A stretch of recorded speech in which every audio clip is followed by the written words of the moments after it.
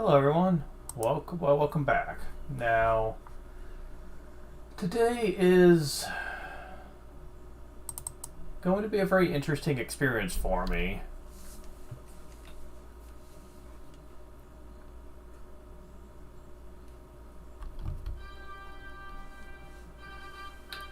Now, Dragon Quest VIII, as you're seeing here, is a very interesting game that I have some very mixed feelings about.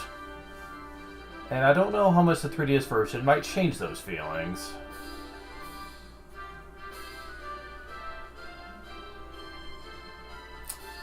I am glad to say, however, there is one thing about this that I will definitely say though. Unlike Dragon Quest VII, not much of its interior game design has actually been changed. It's virtually the same game from start to finish when it comes to the narrative, the exploration, a lot of things. Only very minor things have actually changed. So, a lot of... Okay, get rid of this. That was my test run when I was like testing out a couple of things. This was the users of Church of Street Pass. No, it won't. Not anymore. This is not usually content that's illegal, offensive, good for the rights of others, good personal information. Yeah, you know that's just like begging people to try it, though. You know that, right? So...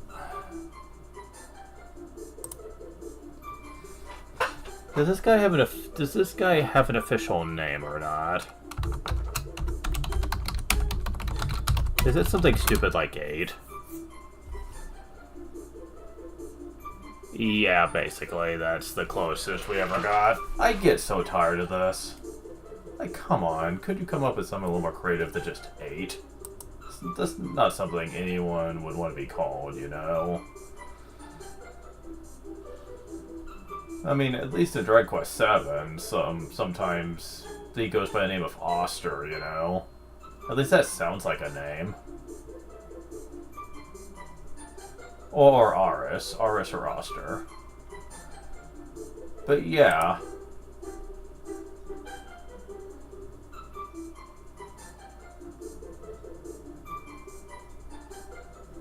So...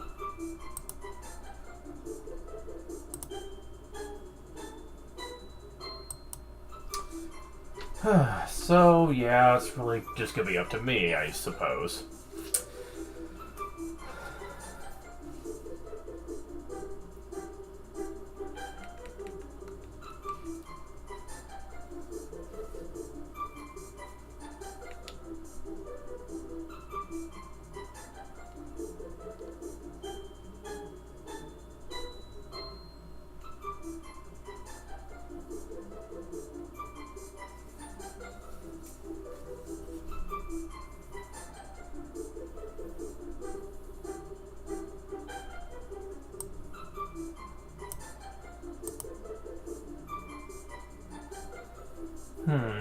Let's see here. Don't want to spend too much time on this.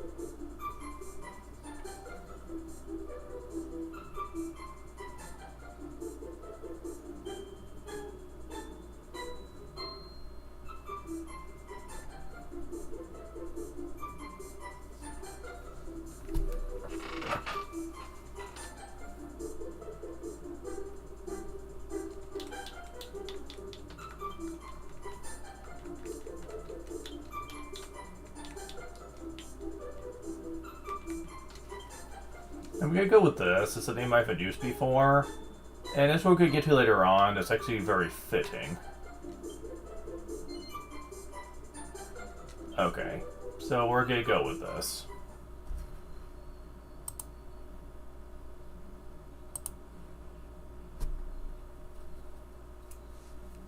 Anyone who's familiar with Dragon Quest VIII, this opening will be very familiar to them, with a couple minor differences they'll be getting into. Nah. Soundly mouse.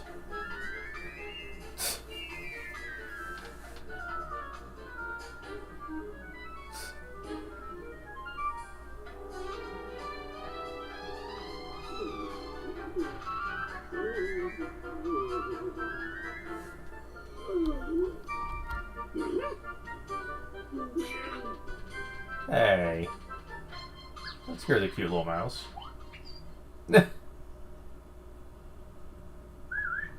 Oi, Gareth!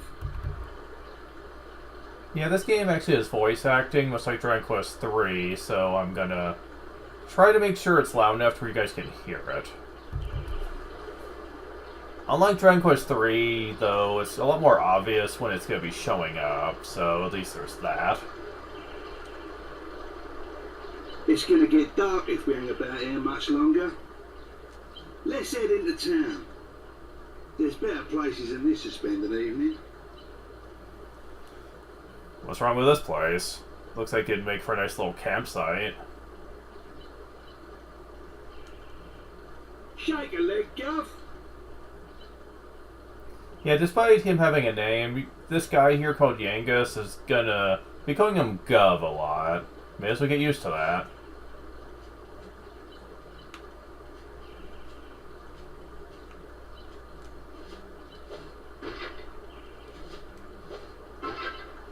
Oh, a medicinal herb to start things off. I'm also gonna try to get a Dragon Quest VIII 3DS guide out.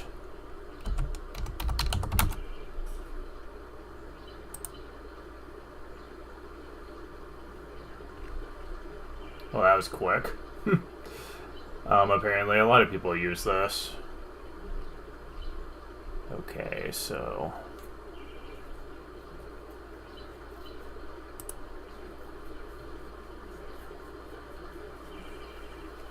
It's a nice detailed one, too, actually. This will be very helpful.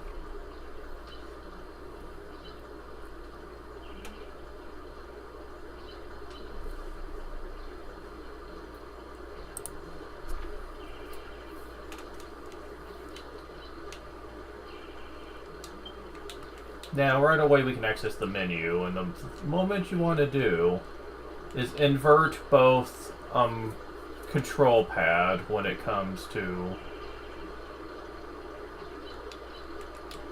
Matter of fact, I think inverting everything can help. Wait. No.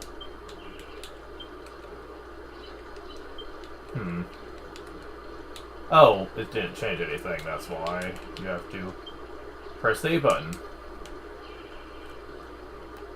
Wait, really? So if you invert this, nothing works, right? Okay, that's better. Yeah, you want to change these settings. Otherwise, when you press it to the right, it'll go left like this. And that's just awkward all around. So... I discovered in the test run you want to change that right away here.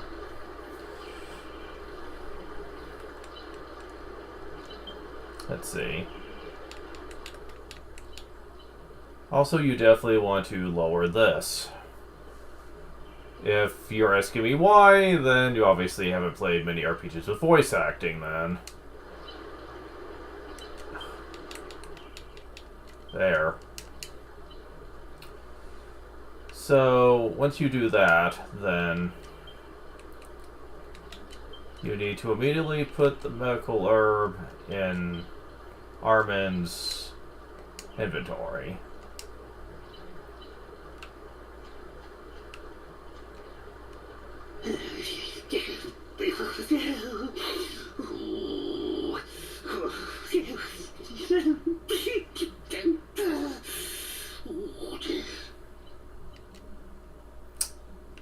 Okay then.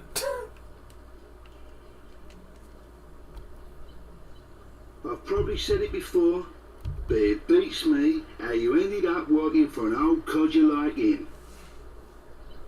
It takes all types, you know. I mean, in some animes, you actually find yourself being worked to the bone by a 1,000-year-old deity who looks like she's no older than, like, 6 years old, so you can't always judge by appearances. Not that I can talk, do I? Guess people say the same thing about me. Working for you. I don't know. That's the kind of thing that wouldn't be all that weird.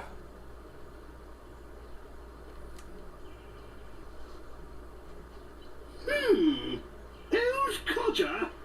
I do hope you're not referring to me. Also, get used to one thing with this game.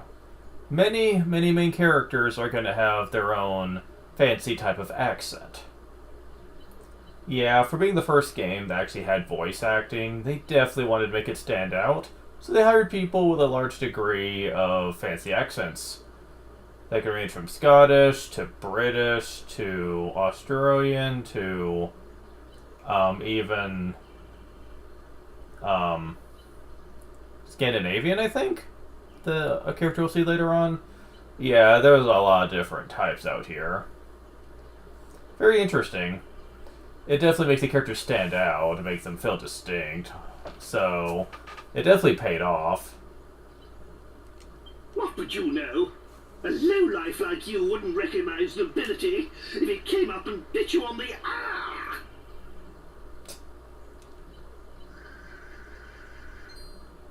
Enough dilly-dallying! Where's the princess? I can't see her anywhere. Yeah, much like with classic voice acting, if you can name the character, the voices won't be able to say it. Which means you really shouldn't give the player the option if voice acting is going to be this heavily utilized. Because it just sounds weird when the name is silent all the time.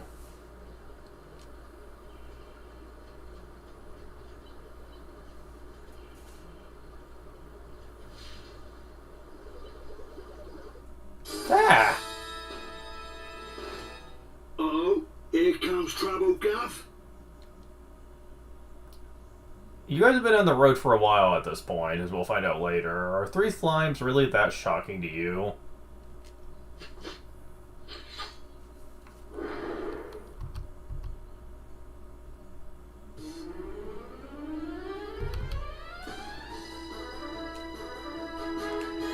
One thing you want to do is that this version lets you upgrade the speed for battles, which is certainly nice to have.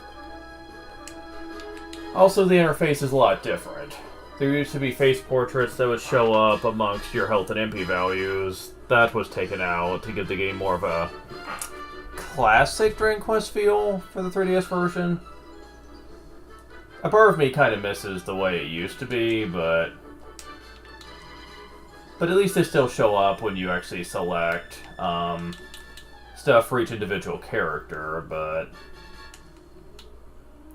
still, a part of me just misses the original interface. Though I know for the 3DS version, that probably would have been hard to implement without making it look really wonky.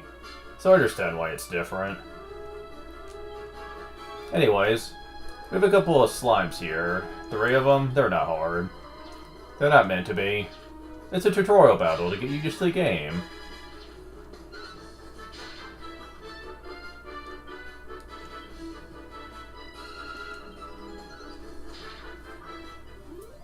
The slimes are defeated. Hell yeah.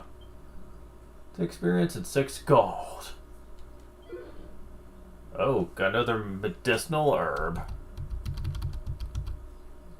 Well, they certainly took us by surprise, but nothing we couldn't handle, eh? I should certainly hope not, man. If slimes were too much for you, then this journey would not last very long. More on that later. Now, where's the princess? Where's my Medea? My precious one and only daughter? Yeah, this guy is a king. And as we're going to find out later, he's not particularly a great one. He's treated as kind of a source of comic relief when it comes to interacting with other characters. And the stick gets old very quickly.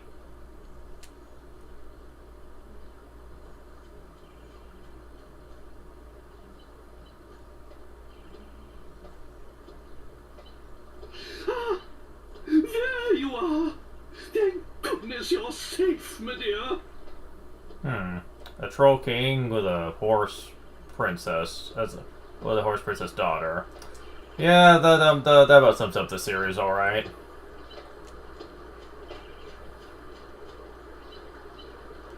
Hey, the horse princess is back. Now, yes, obviously, from what we find out later, they've both been cursed to look like this, but all the same. Would you even be shocked if this was actually legit, though? This series has done weirder things, I'll say that much. I mean, in other games, you actually have horses that can speak human language and everything, and are treated no different than just normal human people, so it wouldn't even surprise me. I say we make a move now, before it gets dark. Well, it kind of already is getting dark, dude. You'd be better off camping out. But they won't.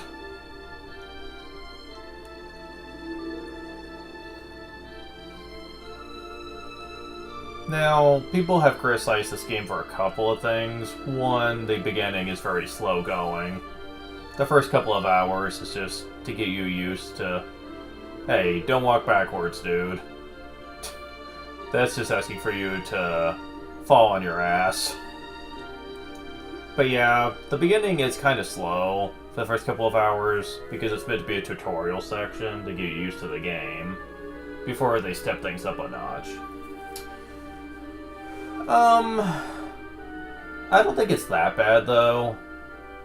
I've certainly seen worse games when it comes to slow openings. Dragon Quest VII comes to mind, so it's certainly nothing compared to that.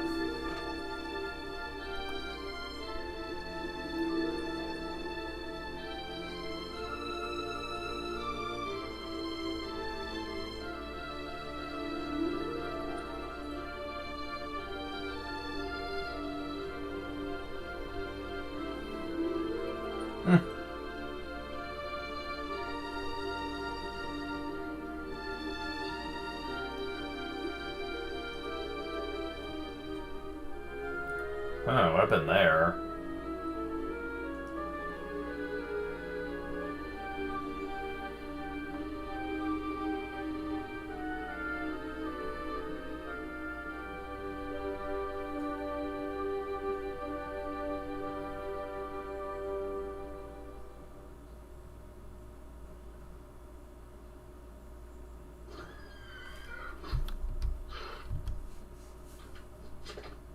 Yes!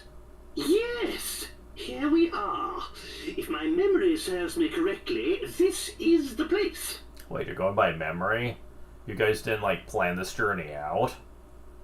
Like, come on, guys. You know, every proper journey should have some sort of itinerary to determine where exactly you're going to be going.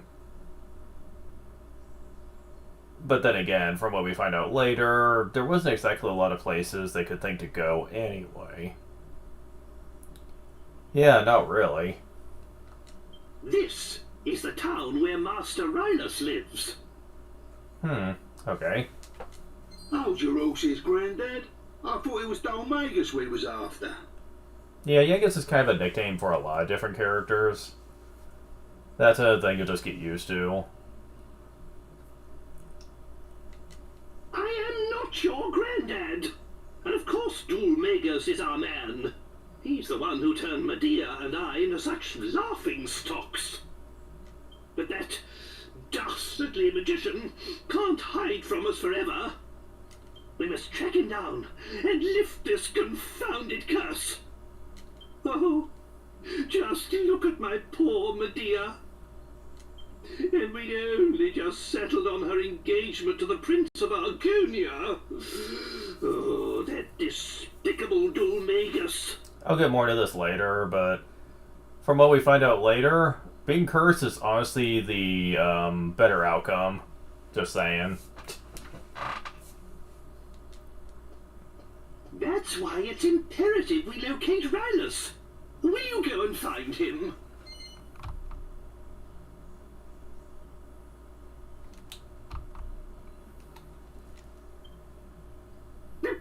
Don't you see?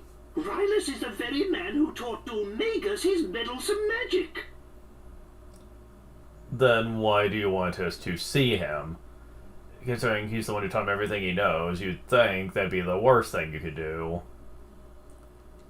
There's every chance he'll be able to give us a clue as to the whereabouts of that evil rogue. That's why you must find him. I'll be waiting for you here.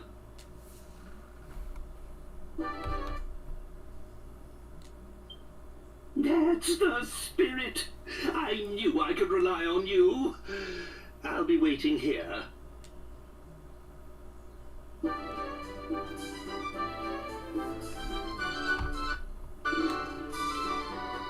Oi, Gav! Yep. You weren't thinking of going without me, I hope? No. I wasn't. I'm the best there is when it comes to looking for people. It's my piece of resistance, isn't it? Let's get going, eh?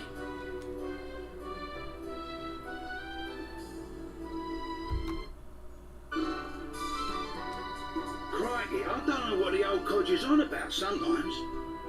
Sounds to me like we have to find that Rylus geezer, right? So what are we waiting for?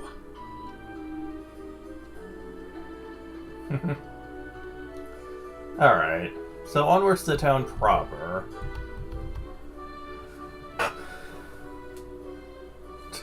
Let's start our adventure by looting and pillaging this town, because that's what a good protagonist always does. Hell yeah.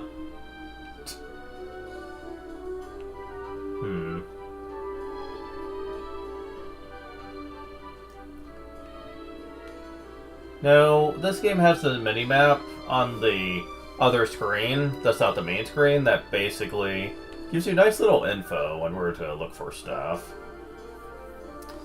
And boy, later on, you're gonna be glad you have this. Trust me.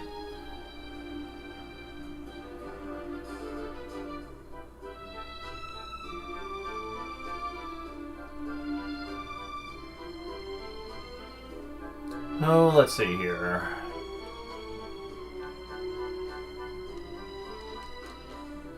For gold! Alright. Walk around to the backside of this building? Do they mean this?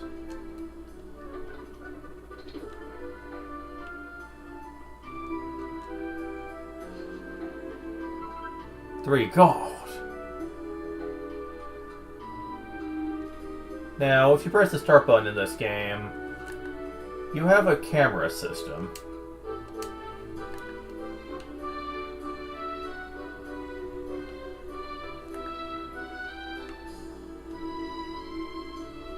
Okay, can I get a better... Yeah.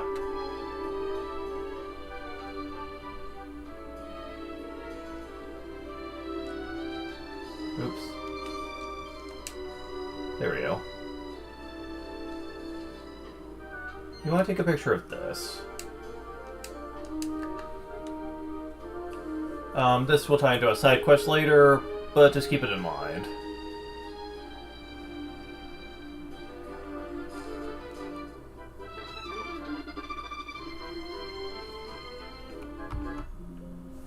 And we're still having the errors problem.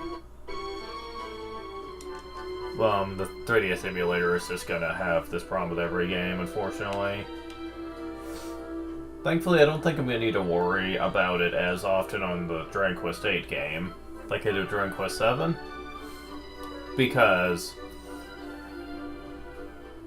Dragon Quest VIII is a game that doesn't have as many close calls, shall we say. So we go upstairs.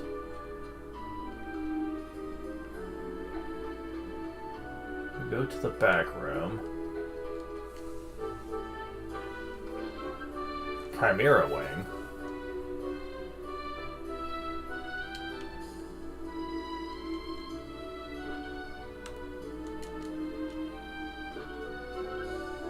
Cypress Stick.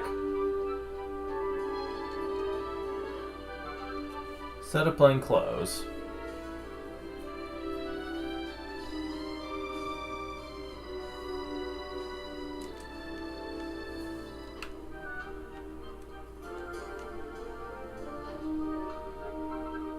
Medicinal herb. Antidote herb. Okay.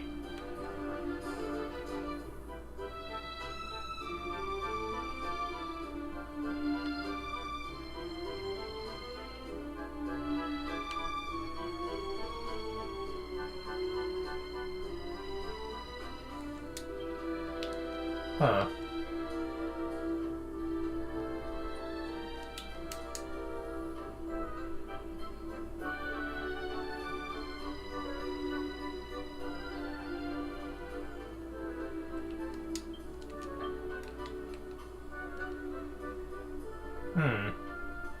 There's something I haven't gotten.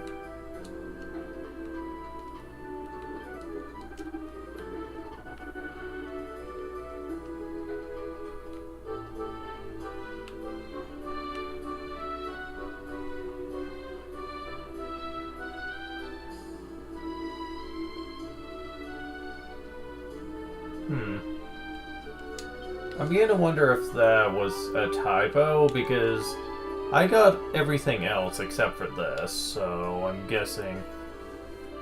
Let's see. We have the medicinal herbs. We got the antidote. Got the cypress stick.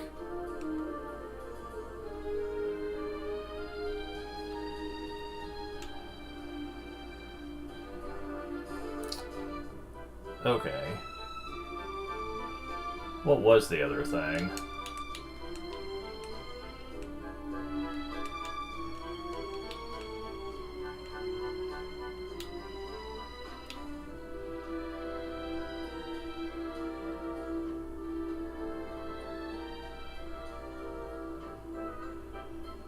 Wasn't that? Also, you start with a world map in this game too. That's something else to keep in mind. Whereas in the original, you didn't get that till like way later, when you got to a certain point. Huh.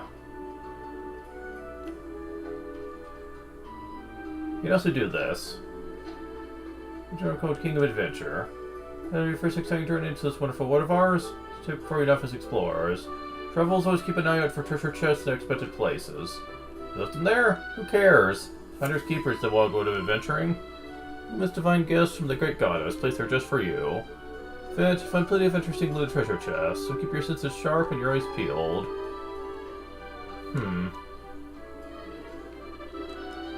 What am I missing here?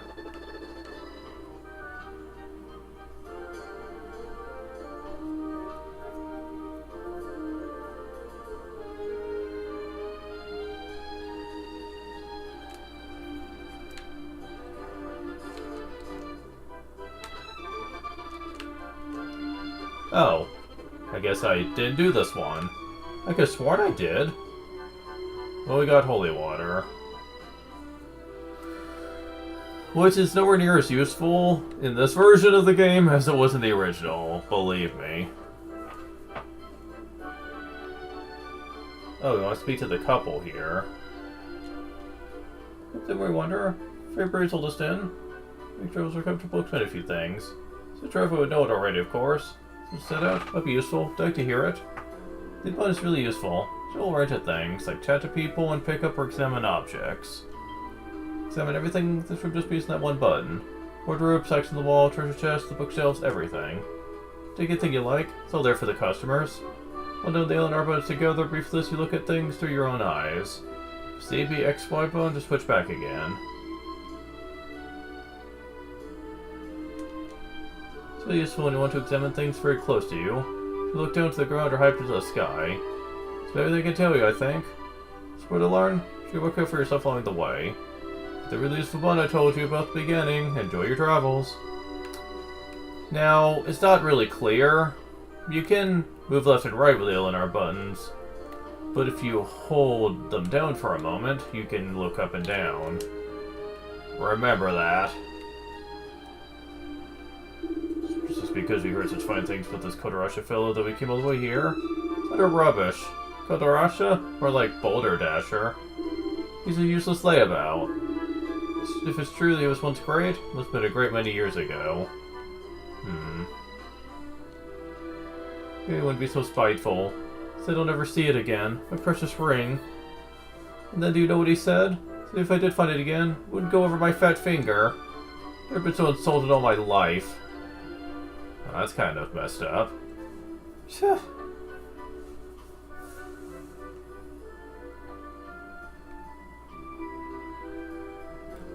Yeah, that's gonna tie into something later. Yeah, there's nothing in those. So, time to leave the inn.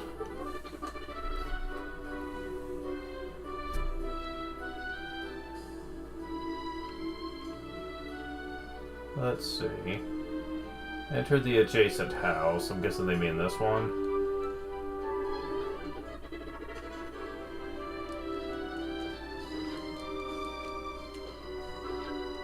$5 gold. Let's see.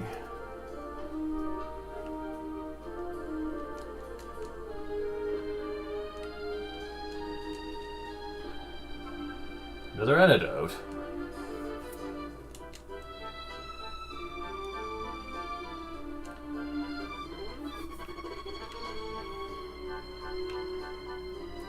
Time to go upstairs.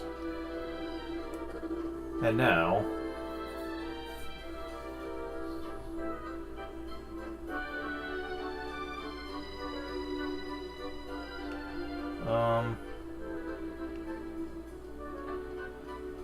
time to go near where the church is, which is over here. Head to the back to find these things. Sea of Defense.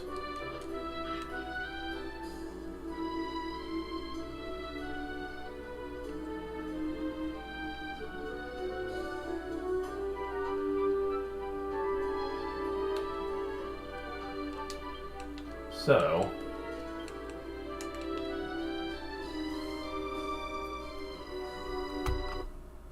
this is going to be one time where you save states a lot still. So let's hope it doesn't give me too many issues. So this went up by 1.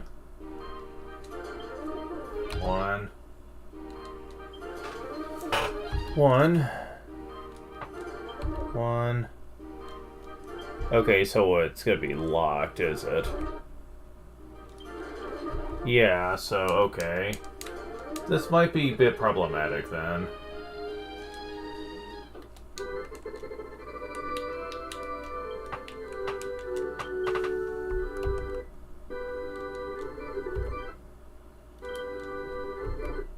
Okay.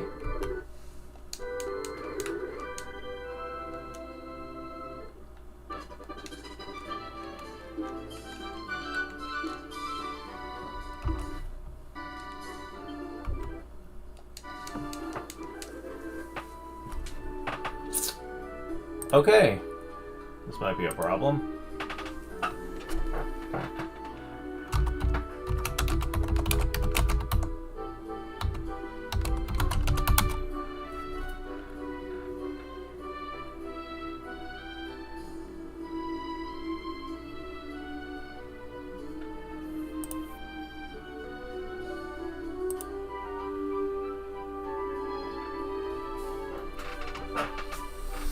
Hmm.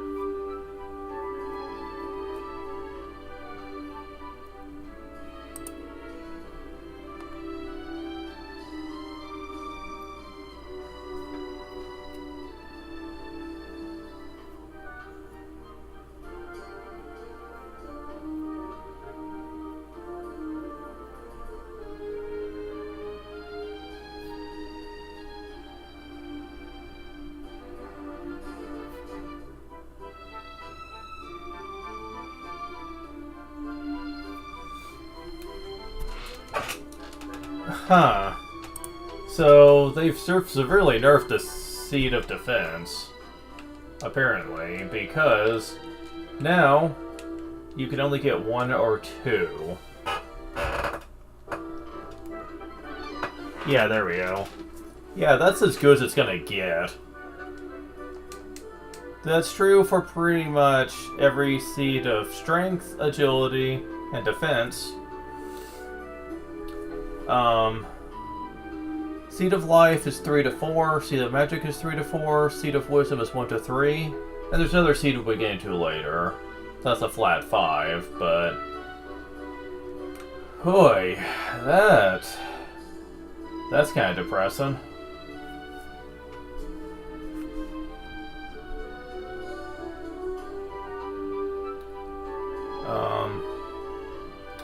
Okay, back to the guide, I guess.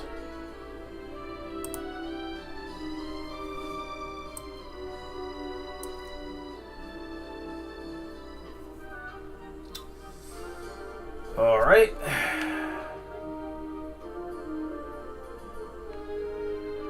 Now it's time to actually enter the church proper and go into the back room.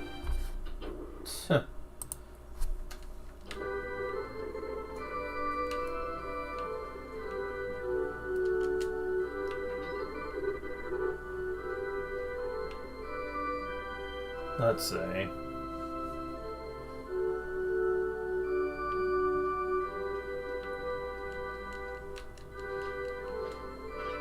Medicinal herb. Awesome. Okay.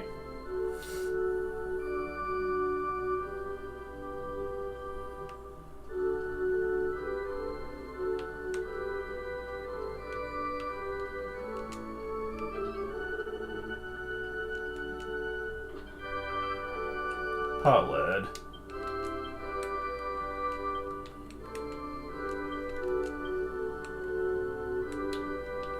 Alright. A little extra defense.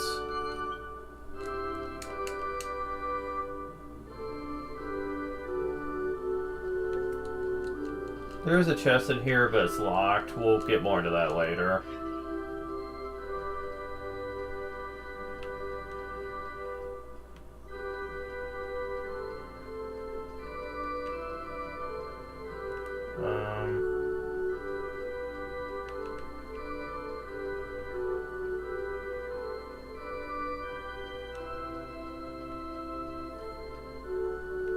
I guess for the moment we can save.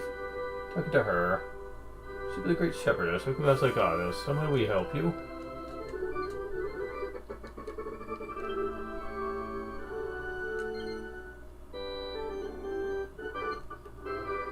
Okay, I guess be with you.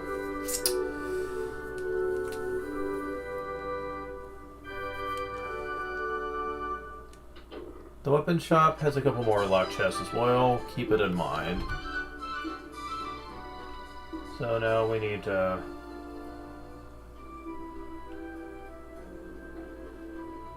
go near the weapon shop.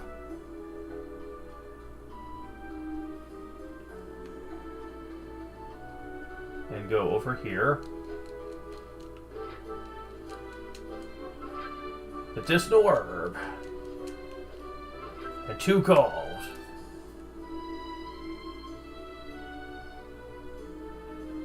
Huh. Medicinal herb isn't something that he mentions. That's kind of weird.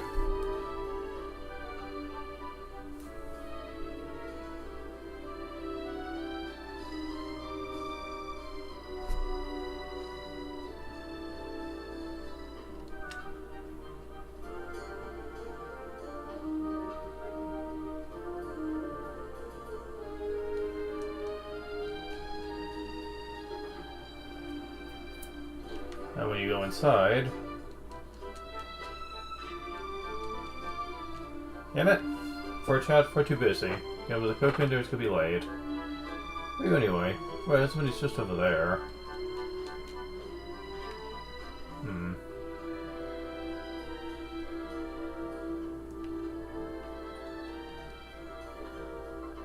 $20 gold.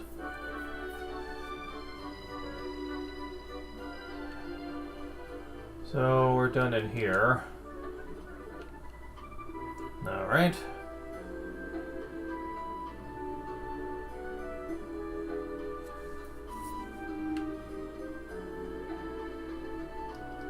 So now we need to look for a building just behind the weapon shop. The one that's not the pub.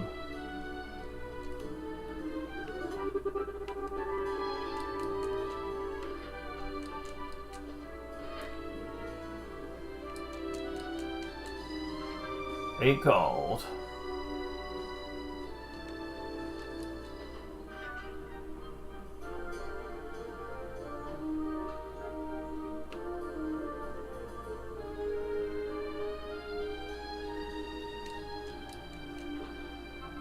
Another plain clothes.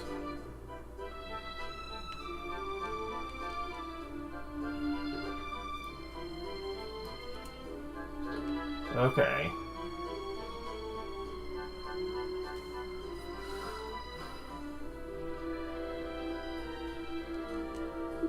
Yeah, you could be a cool drink of water if not in the town. Is that for someone? Why don't you go to a pub then? Nothing the barman don't know about this place.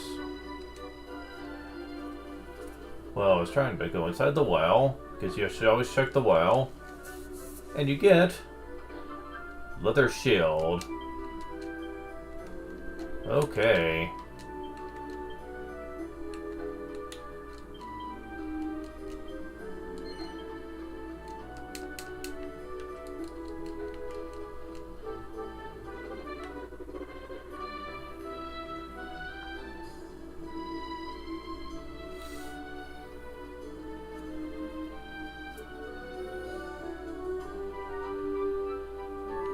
Oh.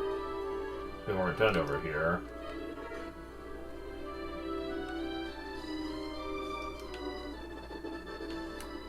Okay. Search around the building next to the well.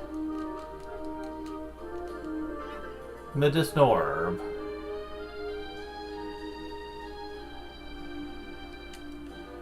Now the next location is the pub.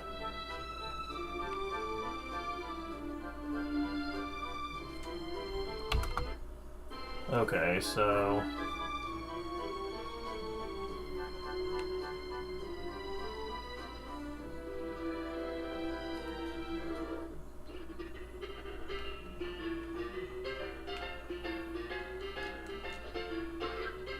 $10 gold.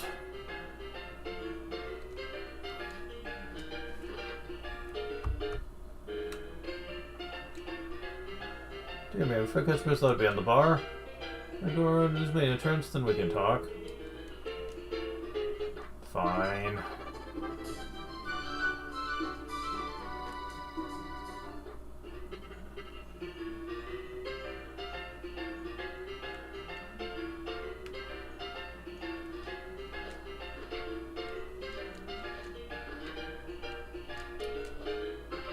Antidote herb.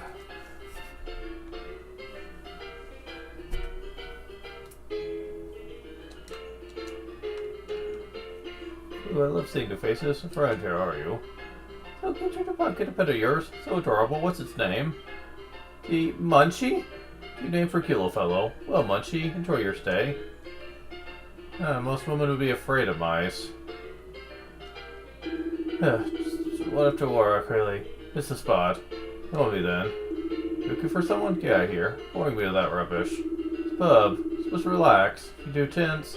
Drink of the old battlefield. So you put your attention to good use out there. Psych yourself up enough, your attacks eventually get more powerful. So you're fine, alright? Remember, increase your attention by psyching up. Decrease it by having a drink. Ha ha ha. Yeah, that's a new gimmick for Tranquilisatus tension. Basically, if you spend a turn psyching up, then your damage output can go up as a result.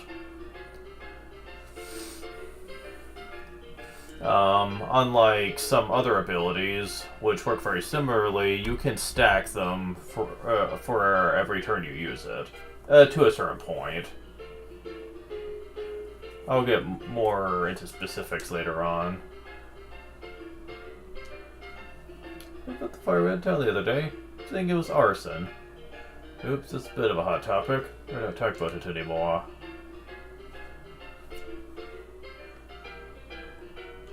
It's an excuse for a fortune teller, that Calderasha. Famous ones, you know. They call him the Great Calderasha. Look at him now. It's on the pots as he starts spinning every day in here. The glass he stirs these days is the one he drinks out of. Wait a moment. Maybe it's the other way around. He started drinking after his fortune telling went to the dogs.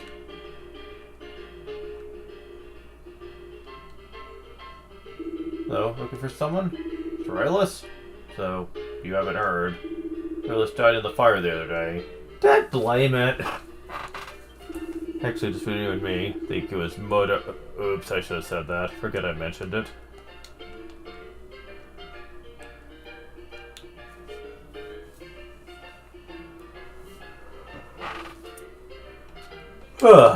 Okay, so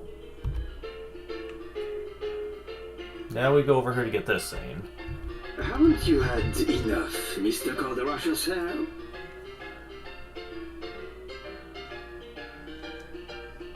I'm sorry, but I've got a business to run. This haphazard fortune-telling of yours is costing me a fortune in free drinks. What? My fortune, Sally? Haphazard? Are you a complete fool? I hope you're insulting his craft. Let me tell you something for free. All fortune-telling is haphazard. What do you expect? Anyway, so what if I saw it? So what if I foretold the fire? If I tried to stop it, then what? It would only have led to another disaster. That's what. I'm sorry, Mr. Calderasha, sir. I don't follow. If you're saying you knew about the fire, shouldn't you at least have warned Master Rylus? Yes, poor Rylus. How many times I argued with the old man. I cannot believe he's gone. Well, this is depressing. Also, I'm apparently probably going to have to lower the volume even more. Because it's still being a bit loud compared to the voice acting. More or less. That's about as good as it's going to get, people. Get around there.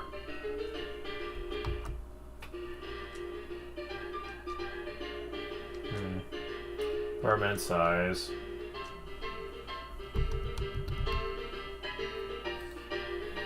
What? What is it? Hmm? You! Come, show your face to the great Calderash. Yes, yes. Personal space, buddy. I also love that they showed the exclamation mark above his head before he, basically got surprised.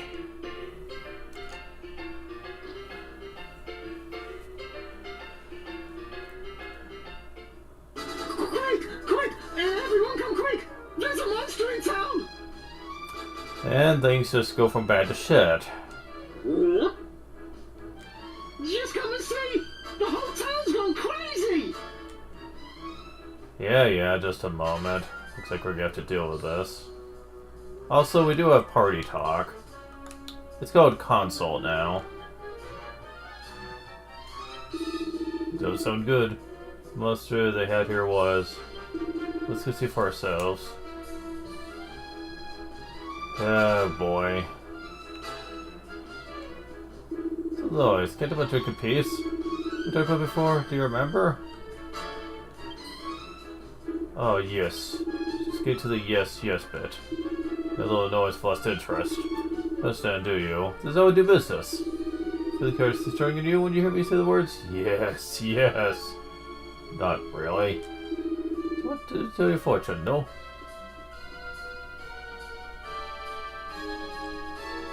Still in the crows. Most within the town walls? What's the road coming to? Hear that? It's from town. Do you think it's true? Well, I mean, monsters did jump us in the forest, so... possibly?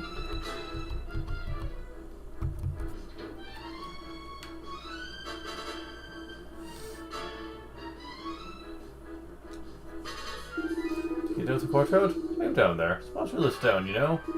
I heard if you got up in it, better not go down there. Ah, really? Railroading, huh?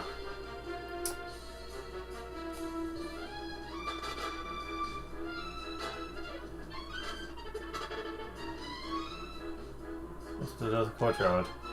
You see too, but the man at the top of the stairs won't let me down there. This is too dangerous. So I have to go around by the town gates.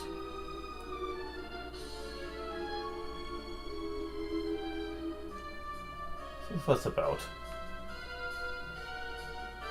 There we go, okay.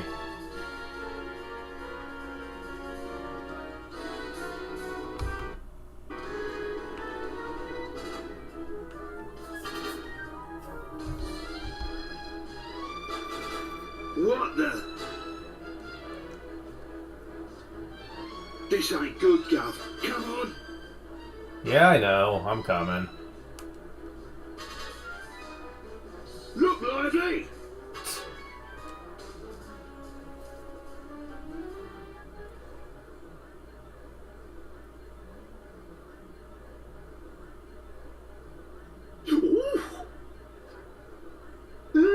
He looked at me! Really? Oh, it's hideous! Get out! Get out, monster! You're not welcome here! Dude! Get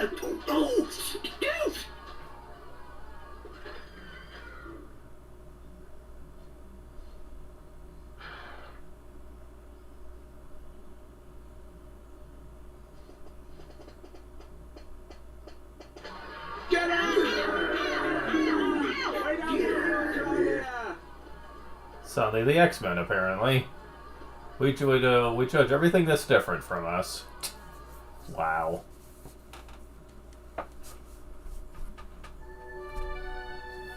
Well, that was a fine reception. Yeah. Get used to this being a prom later. Do you realize who I am? Well, no. Why would you expect that? Judging a book by its cover, don't they know it's what's inside that counts? Oh, please, people never really believe that, even though they should.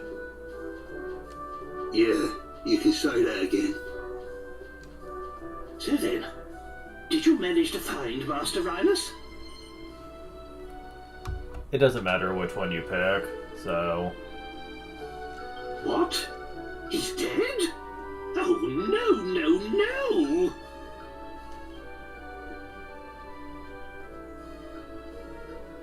Well, I suppose there's no point crying over spilt milk. Well, you certainly got over that quickly, jeez. It's Dulmagus we're after. He's the one who cursed the princess and I, after all. He's the one who made us look so ridiculous. Yeah, you've pretty much made a point to mention that. I had hoped Rylus might be able to help us locate him. But it seems we'll just have to track Dulmagus down by ourselves. Okay, let's get on with it then. With Rylus gone, we had nothing further to gain from staying here. Let's be on our way. You're gonna travel at night? Because you guys made a point to mention that you should get to the town before nightfall hit. And yet now you're basically wanting to leave town, even though nighttime's already occurred. Makes you wonder what the point was then. Wait! What? Please wait. I'm sorry to come running after you like this.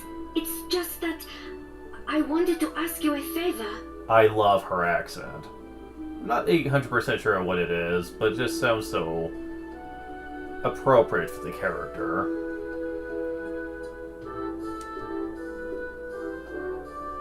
Are you not afraid of me, young lady? I dreamt about you. Oh my! Everyone has their fetish, I guess. I dreamt that some people came to town with a strange creature. It was sort of halfway between a human and a monster. Yeah, obviously that's not what she meant. But it wouldn't surprise me, knowing this series and its questionable humor at times. And I dreamt that they could make wishes come true. Look, just because I look weird doesn't mean I'm a genie. A strange creature? Are you referring to me? Don't blame it, Yangus. I'm so sorry. I didn't mean to be rude. You just can't hate this girl. Not to worry. I've had worse things said to me today. You know, you remind me of my Medea. You're about the same age. Get used to him doing this, by the way. Every time he meets a relatively young female character, he'll always say it reminds him of Medea. Without fail. Anyway, you say you had a dream about me. Most peculiar. I'm sorry. I haven't even introduced myself. I'm Valentina, daughter of the great fortune teller Kaldarasha. If you could just come to my house, I'll explain everything there. It's by the well at the far end of town. I'll be waiting for you.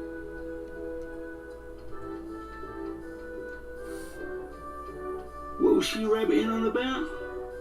Come round my house, she says. Like, he even tried to make it sound like it's supposed to be romantic. Magnificent! She wasn't afraid to look at me at all, not one bit. Oh, she reminds me of my Medea. We must give this young girl a helping hand. Right then, my boy. Go and find the house by the well and see what it is she wants. Sounding so CDI. My boy.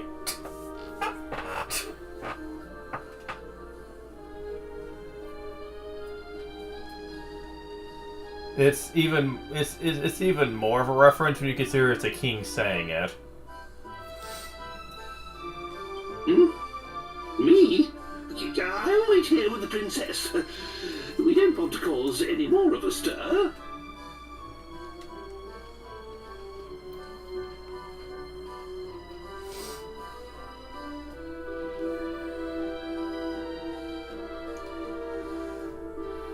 Alright.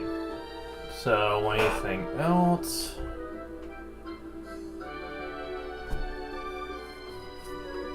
Okay, so we need to go back to the church, apparently, before we go meet Valentina.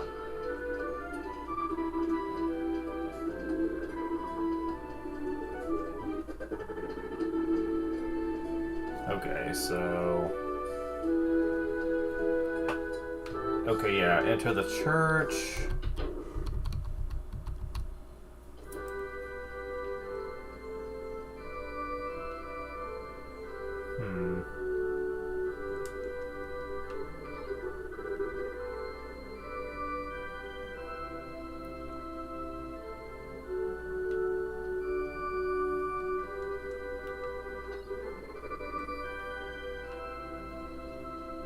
So I'm guessing we go up here then.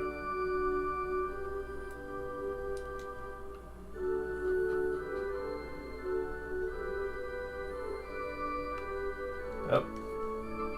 Finds a thief's key recipe and puts it in the bag.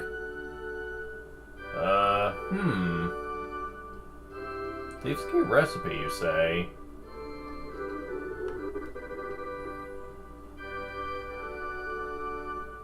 Useful for later, I suppose?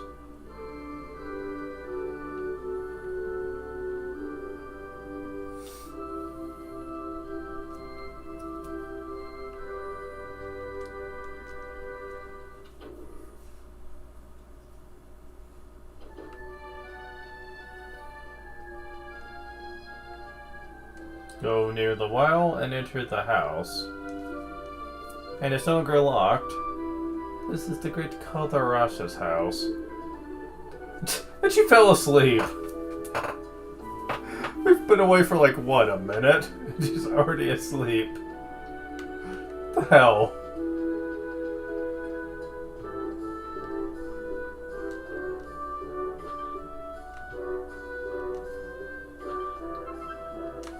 For God.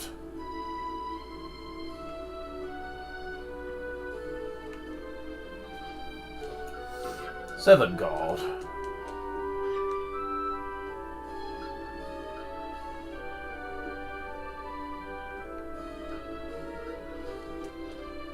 Medicinal herb.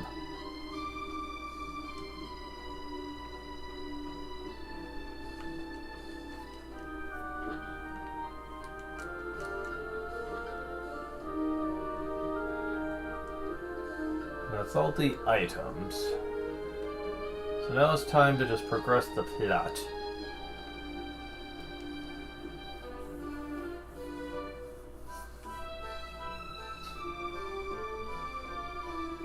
Ah, you came.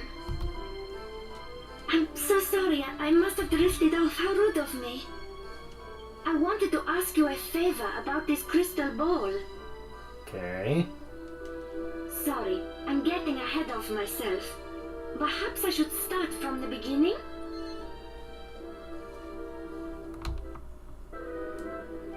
Of course. Let me explain. My father, Galdarasha, was once a really famous fortune teller. Lost treasure, missing people. There was nothing the great Galdarasha couldn't help people with. But then one day, he lost his powers. All of a sudden, nothing he foretold turned out to be true anymore. It's probably because he stopped using a real crystal ball. This glass ball isn't... Alright, I'll carry on then. My father, Galdarasha, was once a really famous fortune teller. And you're gonna say the same thing anyway. Lost treasure, missing people. There was nothing the great Galdarasha couldn't help people with. But then one day, he lost his powers. All of a sudden, nothing he foretold turned out to be true anymore. It's probably because he stopped using a real crystal ball. This glass ball isn't... Valentina, what is going on here? How many times have I told you not to touch my crystal ball? She didn't touch it, she pointed at it. It's not quite the same thing. Jumping to conclusions. What? Aren't you that boy from the pub? What brings you here? Yeah, never mind. I do not know what my daughter has asked you, but you can forget it. I do not need your help. I am fine as I am. Uh-huh. I am going to bed. Valentina, say your farewells and show our young visitor to the door.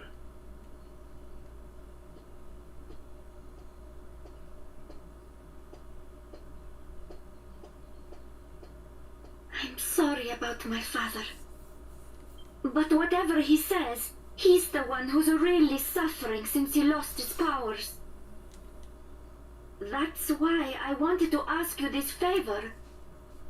Can you find him a crystal ball? One that's big enough to bring back his powers? You don't ask for much, do you?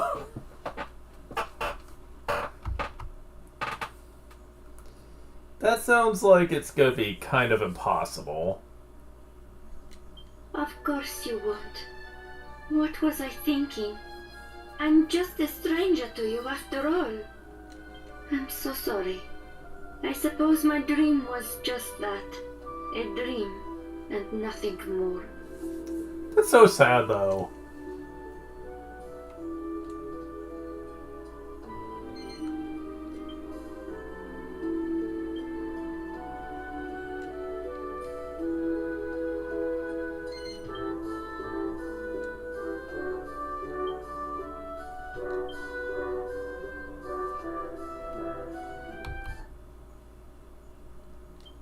Really?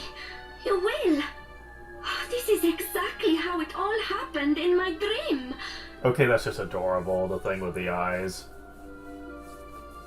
So, if you say no, and then you want to help her, you get the same dialogue, but it's not voice acted.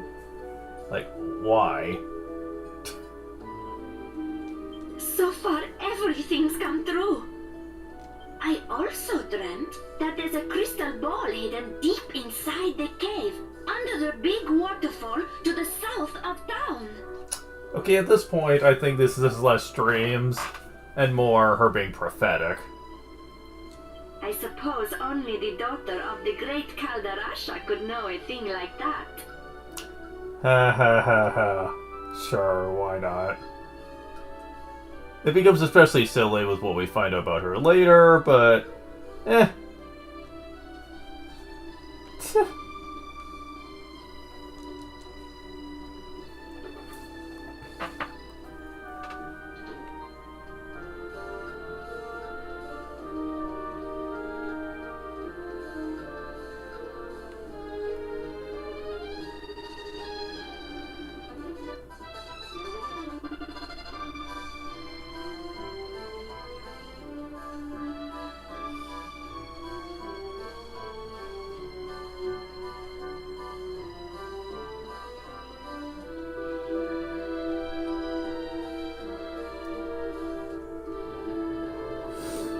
Okay. Time to report in.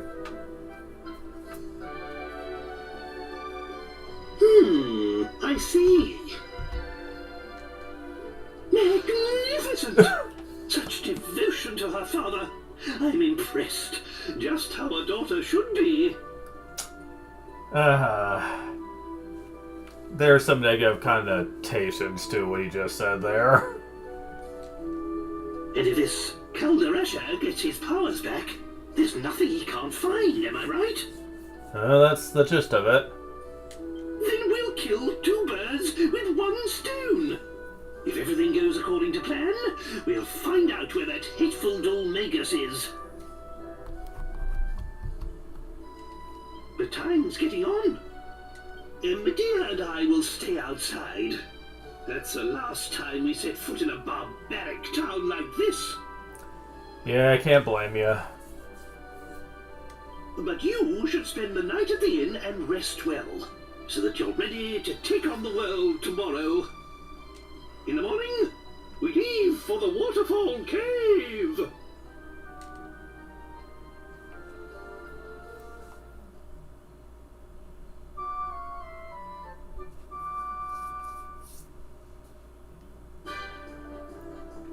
morning. You have a good rest? Starks, I can't be sure. The little man you came with slept in his wagon outside the town gates last night. Well, have a safe trip.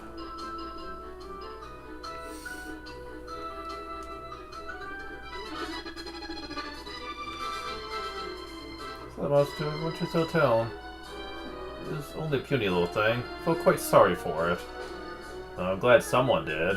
Jeez. What's working, eh? Since the other day, he must have turned up. You'd be quite right since that weird clown came to town. Think of it, seen him for a while. What's he got to?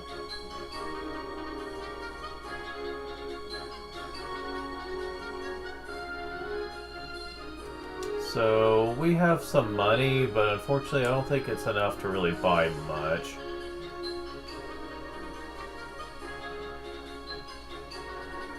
Let's see.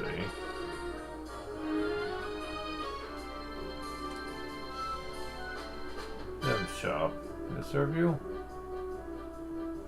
Let's see.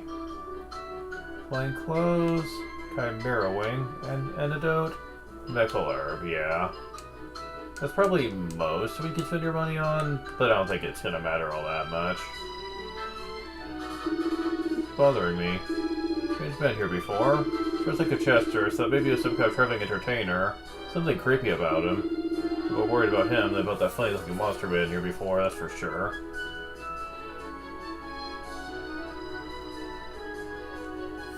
Careful you leave town by the west gate, head towards the public cliffs. Here's some monster hanging around there.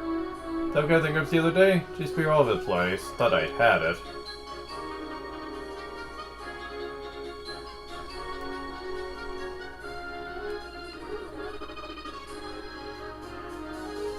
Open shop. What can I do for you? Well, not much, apparently. Wow. The first thing I'm gonna save up for is the boomerang, though. In terms of weaponry.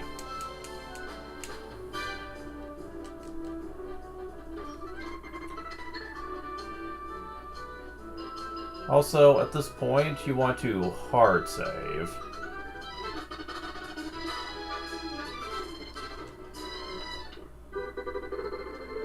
At night, the nun saves your game. In the daytime, a priest does. Ultimately, it's pretty much identical, though.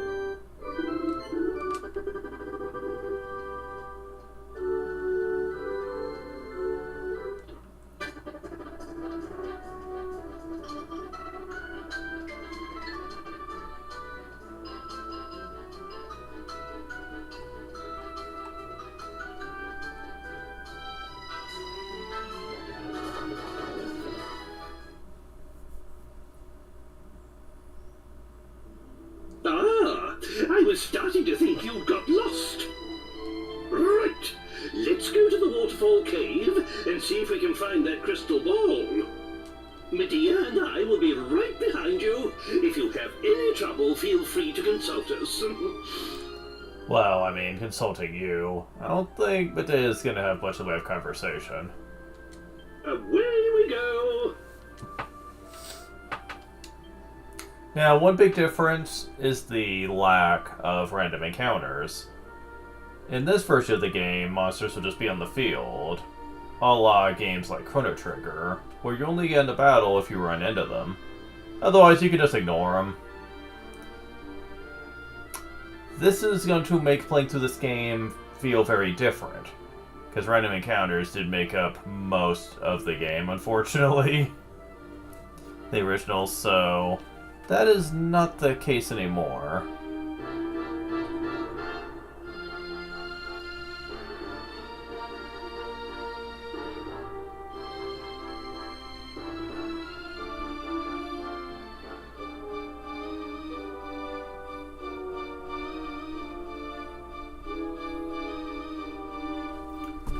Okay, so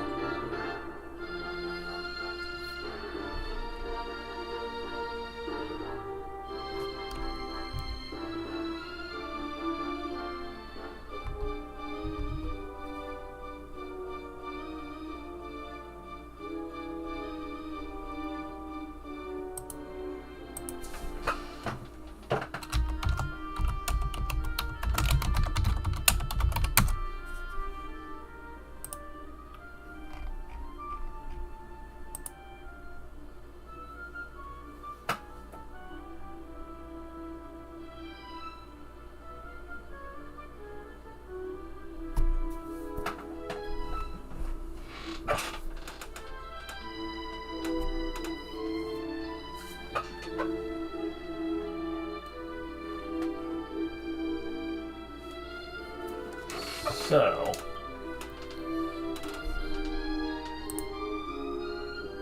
I'm just gonna bring up this map up because there's a new gimmick that we need to talk about a lot here.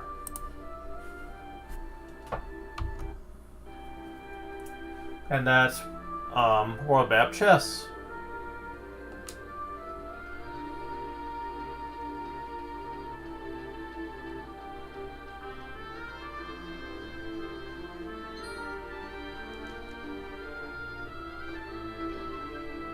Auto of Elder Monster.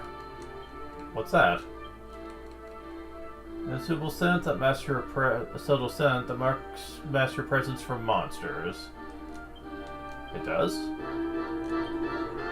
Notice the territory whiff, the monsters notice the party's presence.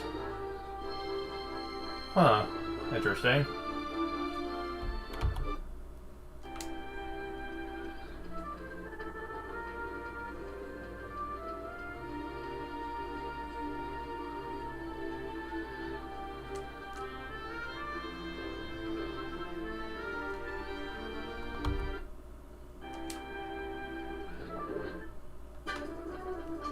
So, someone said if you leave in and out, that will change the contents of a chest.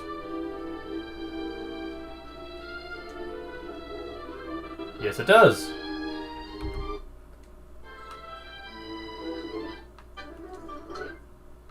Wow, really? These blue chests respawn on a 24-hour time period.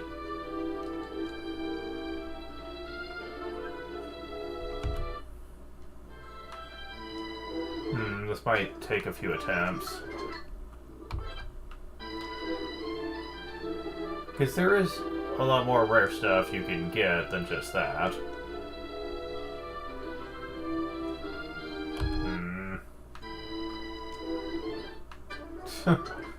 Right now we're just getting Holy Water as an Elder Monster, but...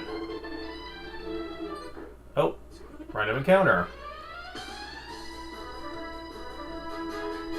Okay. So, time to talk about Psycup.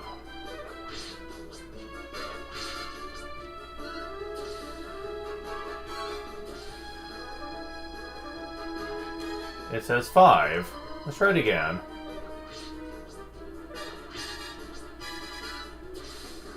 $20.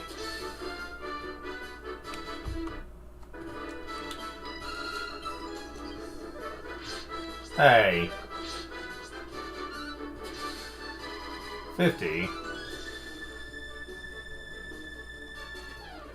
50 currently is as high as it can go. But...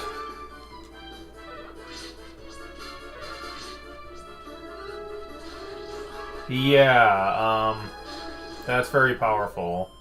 I think we would normally be doing like 6 to 7 with a normal attack. So charging for 2 turns is pretty substantially good. More on this later. Level up. This is one of those games where you get fully healed when you level up. That's awesome. HP by 2. Strength 1. Resilience 1.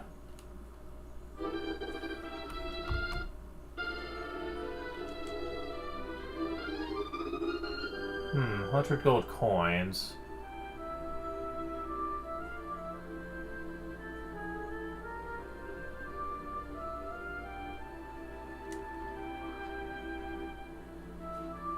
Still feel like we could do better, though.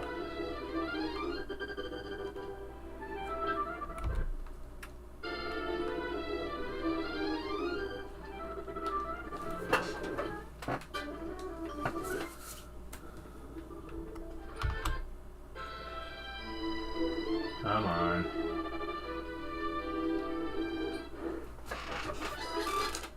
Whoa, okay, this might be a bit of a problem.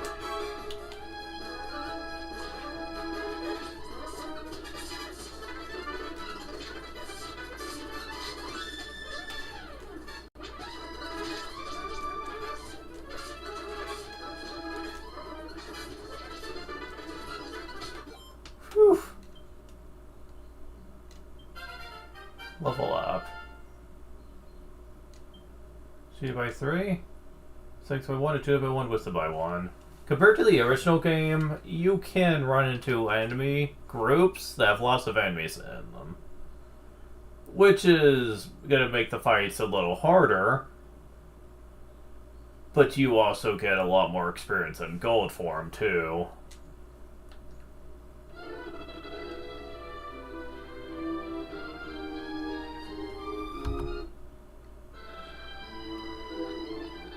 Crap. I didn't save state. And I should have reset the RNG.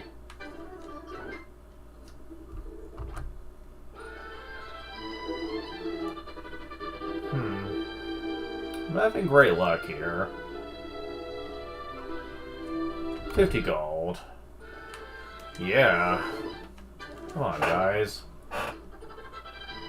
So far, Wounded Monster is the only really rare thing we've gotten so far.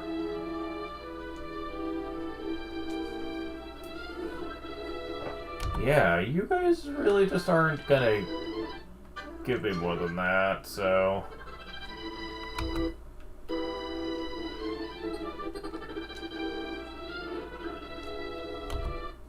God. Okay, if that shows up again, I'm just gonna take it, because it seems like, for whatever reason... Oh, Seed of Wisdom, never mind. Well, that's one rare thing. Seeds. These things reset every 24-hour period once you pick them up, and... that means it's actually very practical to try to re-roll the RNG to try to get the item. Essentially. Like as rare item as you can.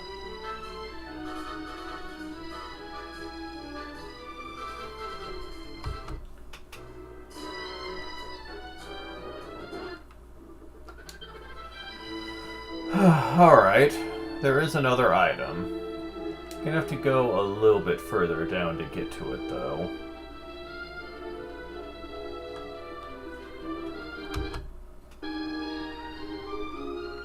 Let's see, this is at...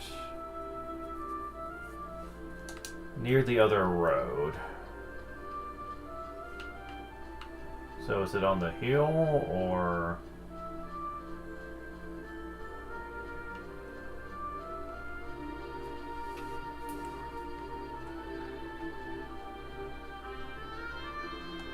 Okay, so... it's beneath the road, okay.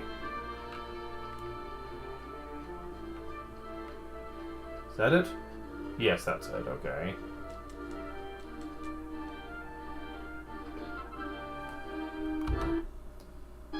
Yeah, this one's gonna be much more annoying to get to.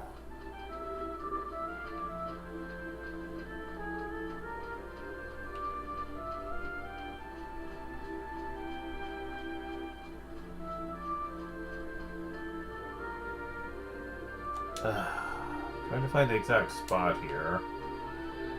Oh, there it is.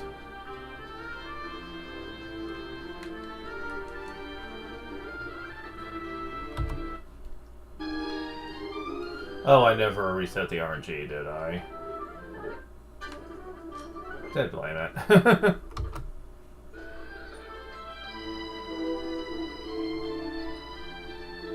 I am probably gonna make a habit of doing a lot of the random chests off screen, because I do have a feeling that a lot of these are gonna be annoying as hell.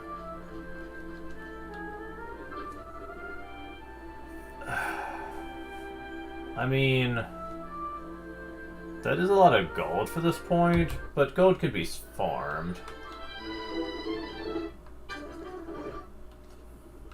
There are rare items, however, that are not quite so common, so I want to at least show them off. I don't know if I'm going to be taking advantage of this crap, but oh my god, no. Stop, stop, stop.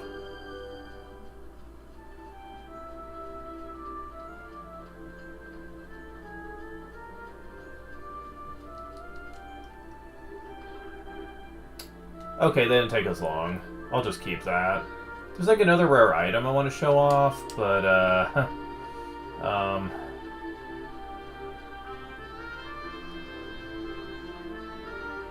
but that might be waiting till later.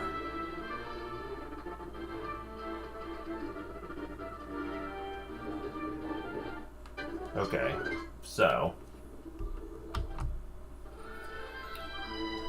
let's see. Oh, this next one's gonna be a problem. It's a very long walk. Let's see. Well, there is another entrance to town here.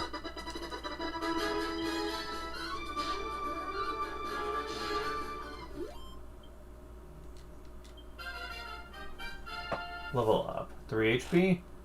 1 strength, 1 agility, 1 wisdom. Okay.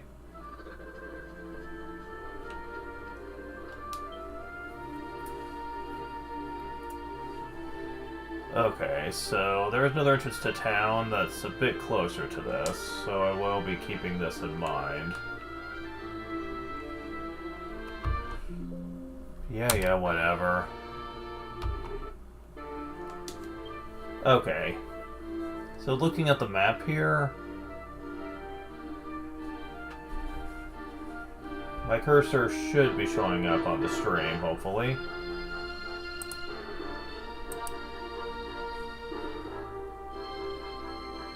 So it is actually about right here. So let's see.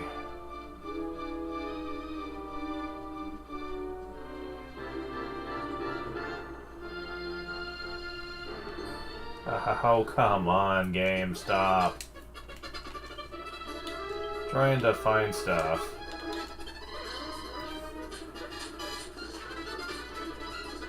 Yeah, these enemies are kind of tough at an early level, but I think we'll be fine.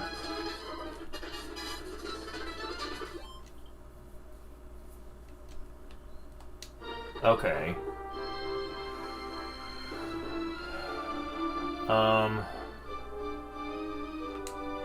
Yeah, it's...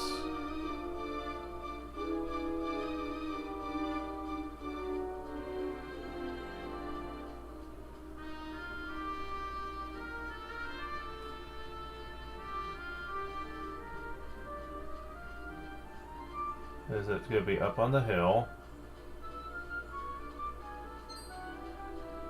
I don't know. It doesn't seem like it, but... Oh, here we go. No, it's on the hill.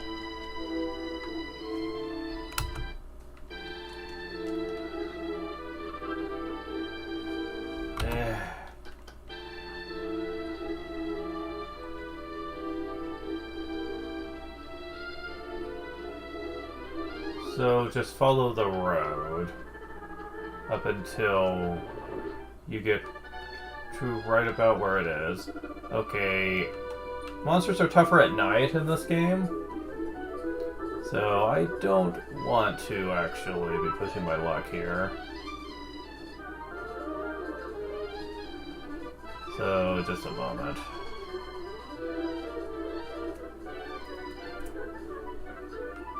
Maybe if I'll be on the field, it makes it go faster.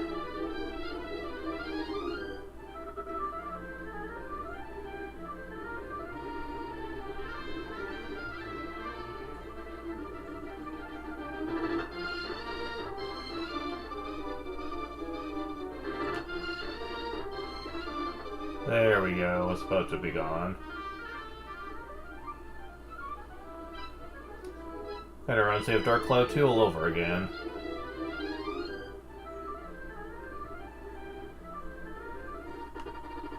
There we go.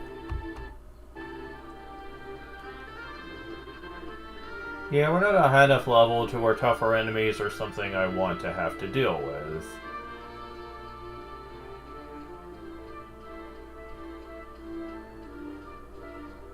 Okay.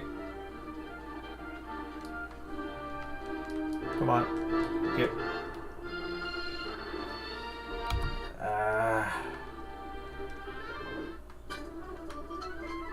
Come on.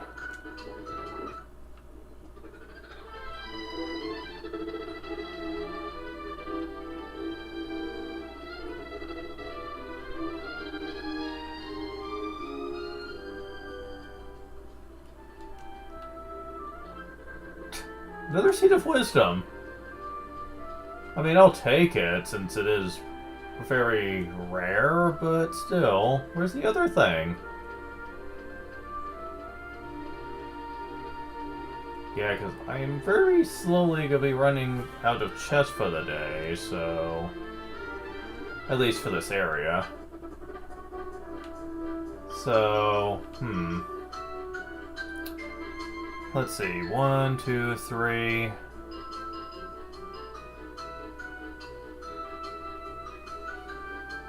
Yeah, there's only 2 more that are even possible to get right now.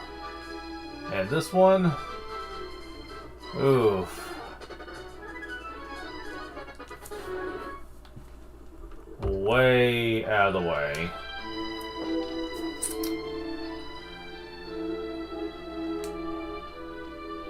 Got to go way to the east.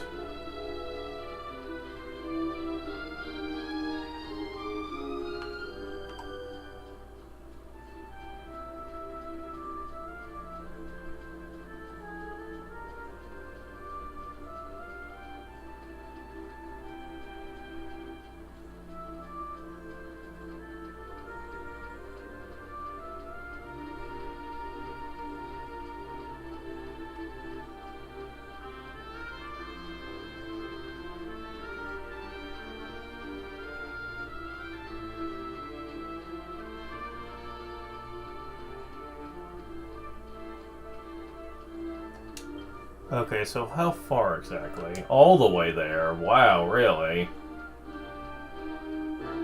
Yeah, this one might be off-screen. Because, yeah, you're saying how long it's taken me to get there.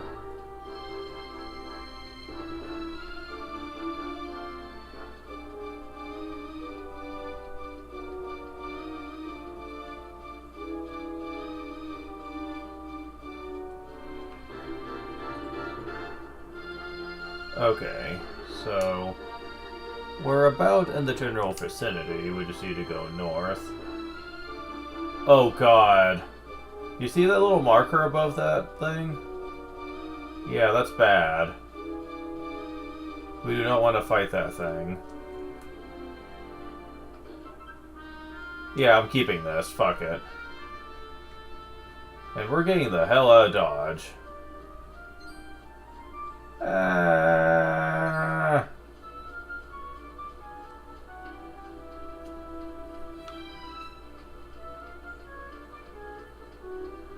Yeah, I want to get to a part of the area where we have weak monsters.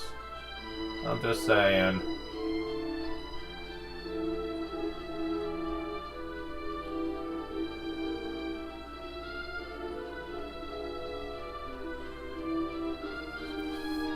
So the blue chests are basically Dragon Quest VIII variant of the loot points that showed up in Dragon Quest IX.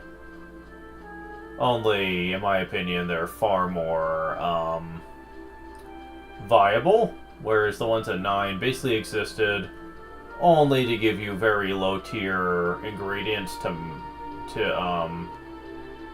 well, I won't get into that just yet, since it's kind of a spoiler for later, but yeah, let's just say it wasn't as overall convenient, or useful, or even fun. Dragon Quest IX had a lot of ambitious ideas that just didn't live up to their potential. From what I know about Dragon Quest VIII 3DS, though, that is not the case here.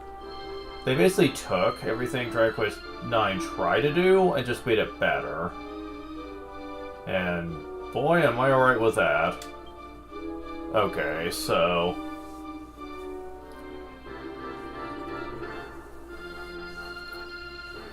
the only other one we can get to is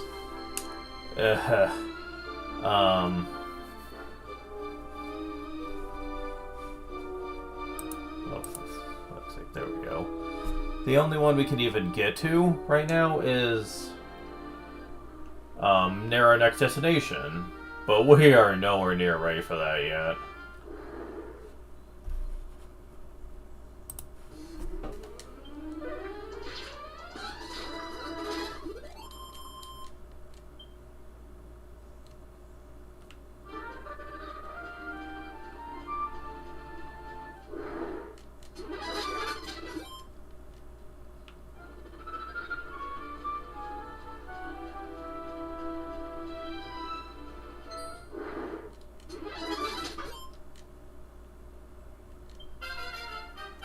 Level up. Yang gets his 3 HP, 1 strength, 1 agility, 1 wisdom. Cool.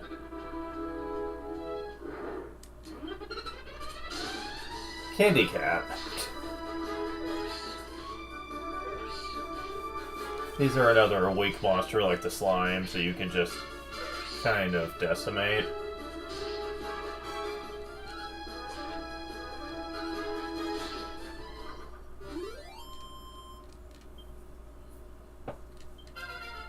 Level up. HP 3, MP 5. 2 strength, 1 agility, 1 wisdom, 1 resilience. Learns heal. Awesome.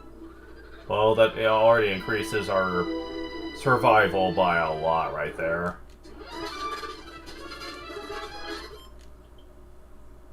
People say that the 3DS version feels more comfortable to play since grinding does not take a freaking eternity anymore when it comes to get to a decent level. Since larger groups of enemies, especially during the nighttime, is a lot more common to run into.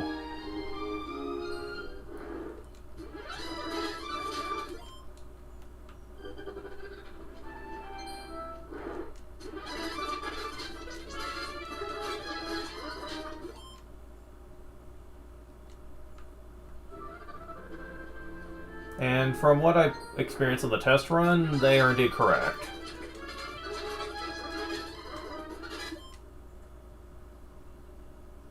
Kingdom Hearts!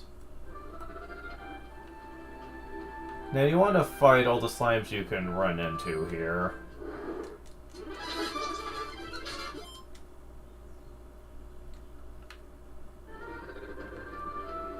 Find slimes of the overworld and go after them. Until you defeat 30 of them. Something special happens when you do.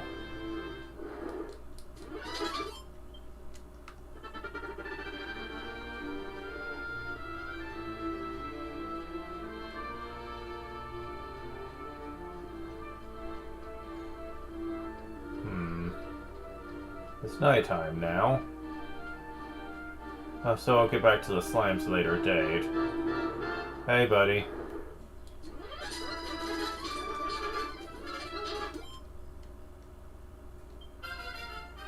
Level up. He gets his 3 HP, 2 strength, 1 agility, 1 resilience. Now here's an interesting system that Dragon Quest VIII pioneered, and other games would just continue the format. And that's skill points. Once you level up, you get skill points that can be put into various categories for character growth. Levels are not the only way to get abilities in this game.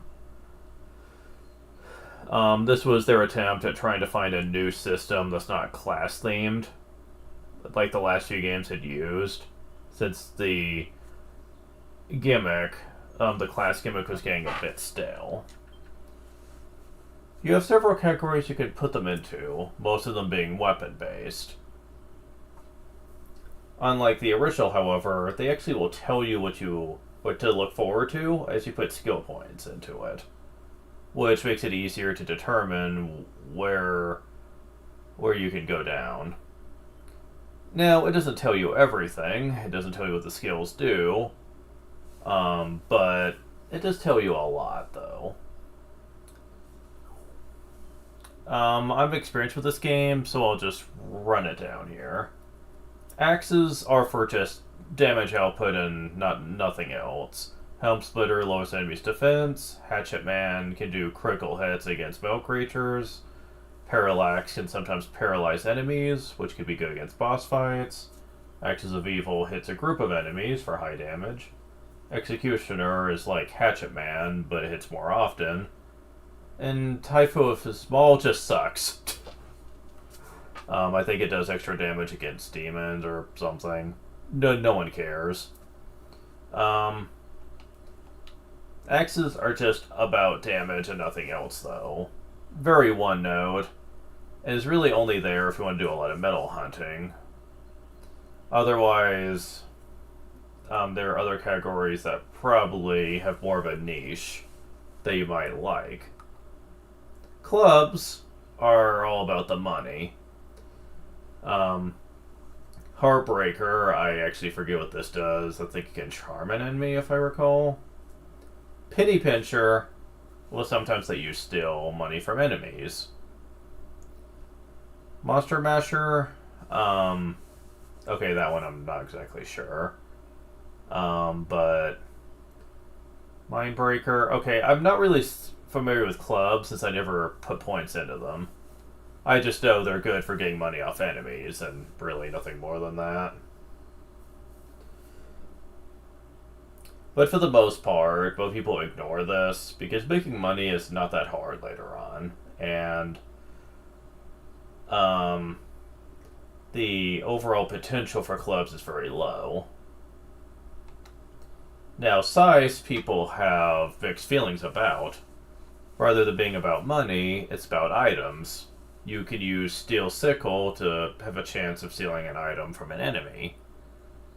At a very low percent chance here. Like, pathetically low chance. Like, you could be in battle for like an hour and not get an item. Much later on, you get Stainless Steel Sickle, which is slightly better, but still takes a while. However, once you master this, once you get 100 SP, you do get Big Banga, which is basically Big Bang. Which is a very powerful magical attack he can learn, so could be nice. At least it has something going for it. You also learn Wind Sickles, which can actually be a very powerful move. I forget what Grim Reaper does. And Grimmer Reaper. I forget what those do. I don't remember them being all that useful, but I'm going to go down Fisticuffs route. I have never done this, because I always thought it would be weaker than everything else. I have been told differently, though, since some people say that it has a very unique niche to fulfill early on. You also get Padfoot later on, which is pretty nice to have anyway. Now, humanity's the other thing.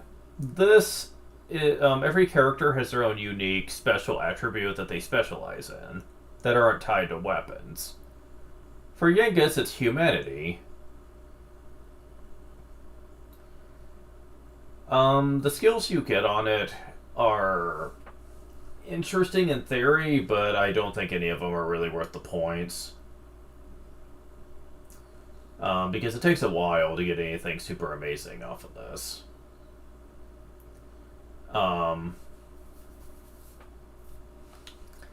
think Fisticuffs is probably something that is just going to be better over time. You learn some basic unarmed combat techniques. Unarmed attack increased by 5, which means at this point we need to take him off of the open club. Okay, go ahead and put that in here. So you're still technically weaker, even without the club, but not by much. I'll just stick with this. Okay, so I don't want to fight that Babel over there, because they can poison. I have antidotes, but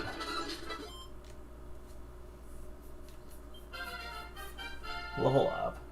Armin gets 2 HP, 4 MP, 1 strength, 1 agility, 1 wisdom. Learns Squelch. Well, never mind.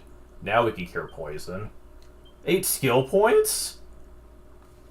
Damn, that's a lot. Now, Armin is, a lot harder to really explain than Yangus. Because Yangus, in my opinion, has a couple of things that are really useful and a lot that aren't. For Armin, though, you could put points into Sword, which will heavily increase his sword power. They give him very specific slash attacks. They can be useful in a number of situations. Metal Slash is especially useful if you want to go metal hunting. So, okay, and once you get towards the end of it, you start getting some nice things. Mostly for boss fights, though.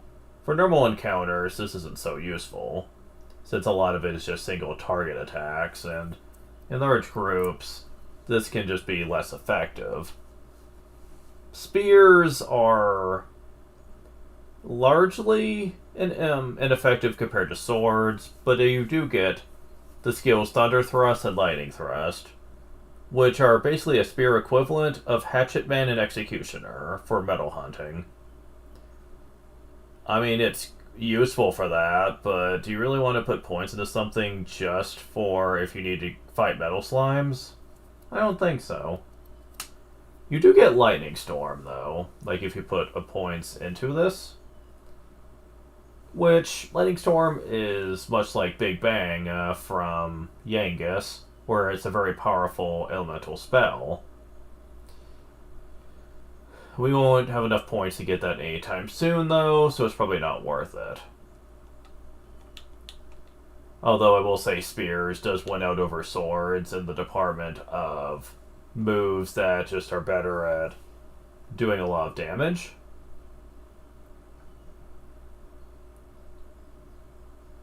I think Clean Sweep is a group attack at 45 SP, if I recall. I'd have to look it up, but Boomerangs is where it's at, in my opinion, though. Boomerangs by themselves hit all enemies on the field, and that makes them very useful. But putting skill points into them makes them even better. And I mean a lot better. Like, once you have a lot of points put into Boomerang, you're just gonna murder groups of enemies left and right. It's so ridiculous. I'll be showing this off later. You can also do Fisticuffs with the hero too if you want. It ain't worth it though. In terms of both boss damage and and dealing with mobs, both Boomerangs and Spears are just better at those two things. Fisticuffs doesn't really give you a whole lot to work towards. But you also have Courage, which you eventually get a lot of really nice things through Courage, but not anytime soon. You don't start getting something super amazing until 48, where you get Zap. So, for now, I'm going down Boomerang.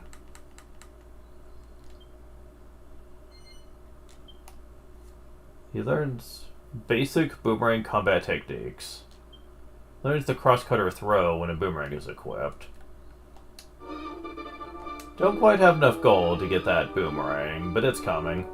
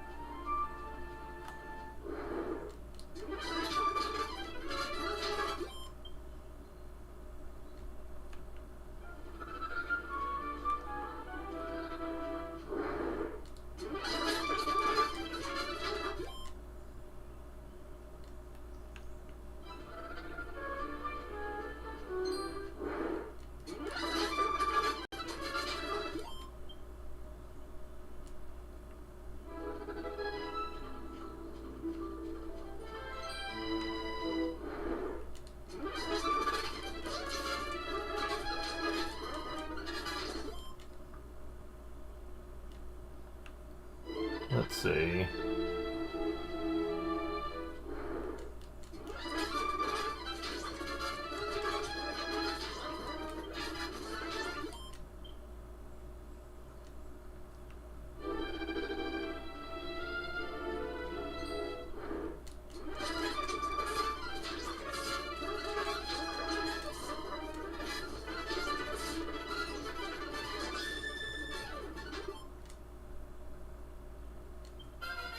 Level 5.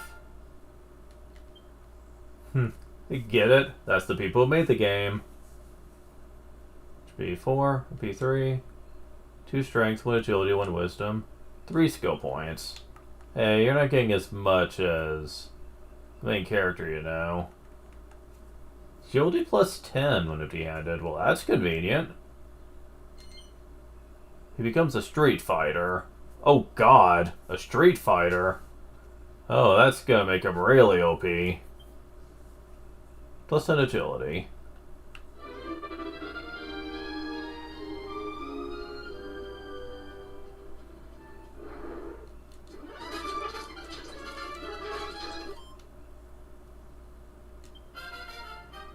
Level up.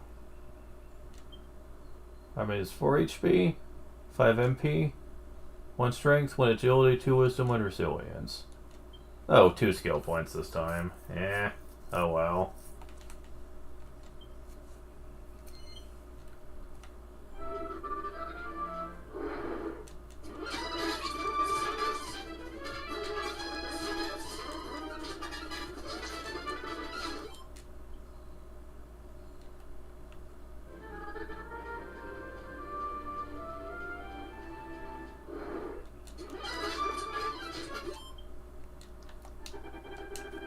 Oh, we're close. Awesome.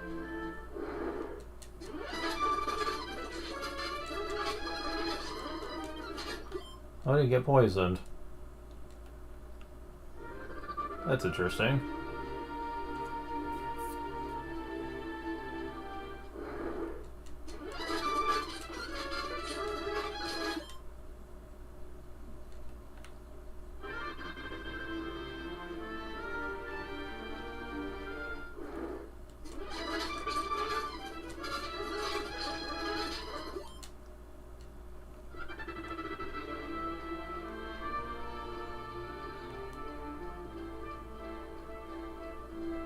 Hey. You disappeared before I could get to you.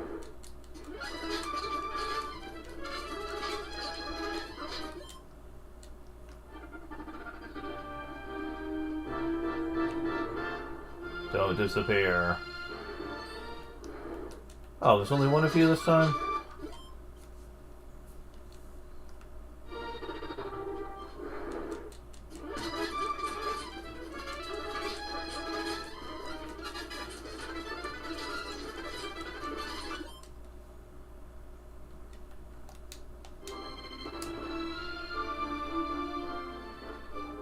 Alright.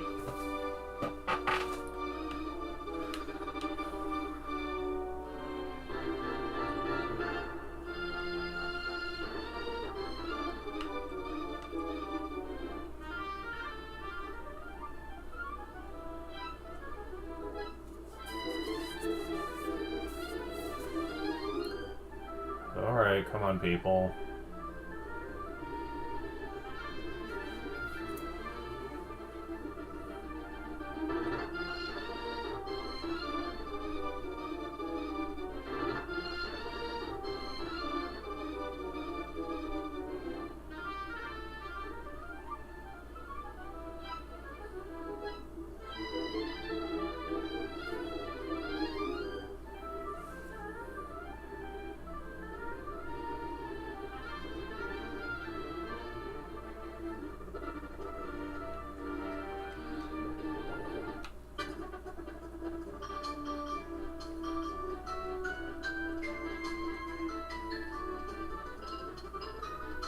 So now that we have the money for this, time to get us that boomerang. Hoo boy. That's also a really good weapon in general to have, because At this point in the game, it's very high strength.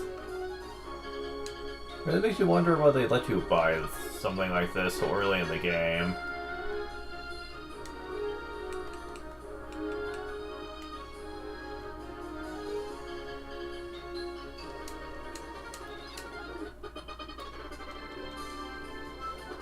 But hey, if they're gonna let me have it, they're gonna let me have it. So...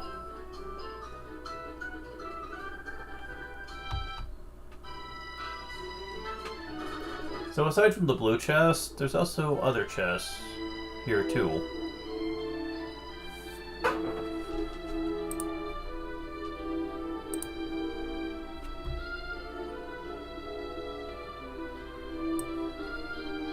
Let's see.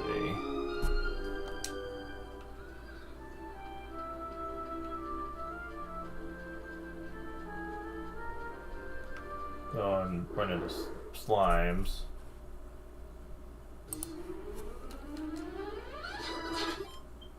Whenever they show up, because we need to defeat 30 of them for something special to happen, so... Convenient, yes.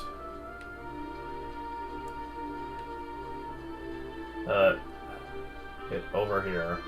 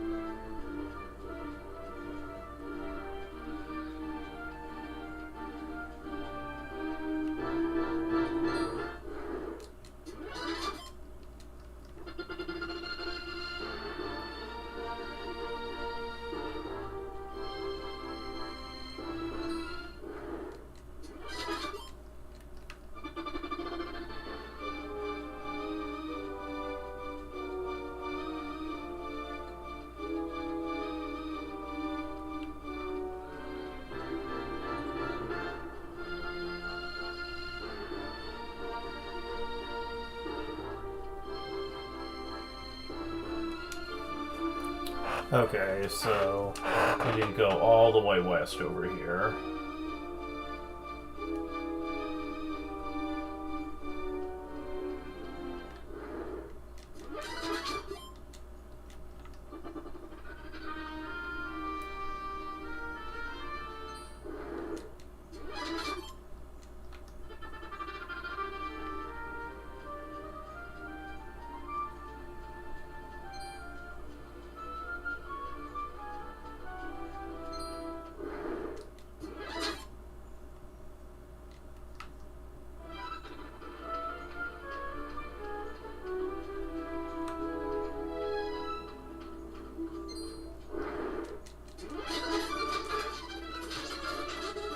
Oh, you're using magic on me. Little jerk. Level up. Yeah, you guys get 6 HP, 1 MP, 3 strength, 1 agility, 1 resilience, 3 skill points.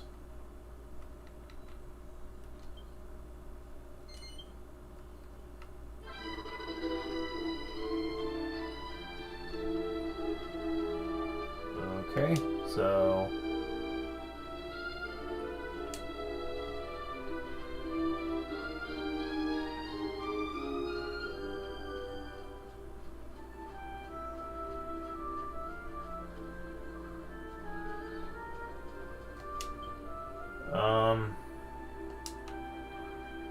Okay, so... Is that it over there? Yes, it is. Red chests are one time only. But they usually have rare stuff.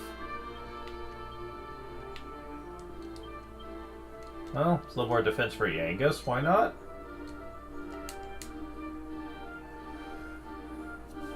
Okay, so there's another one.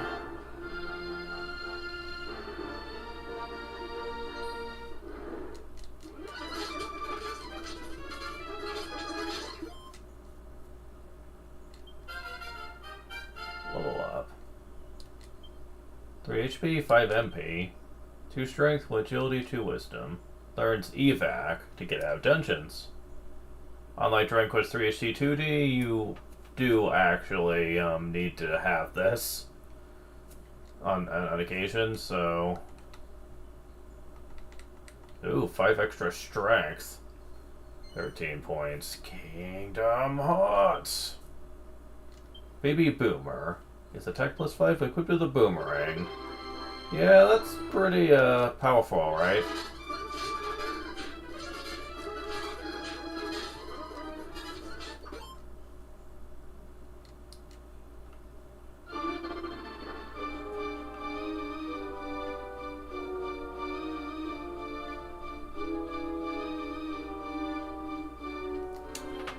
There's a rare monster over there.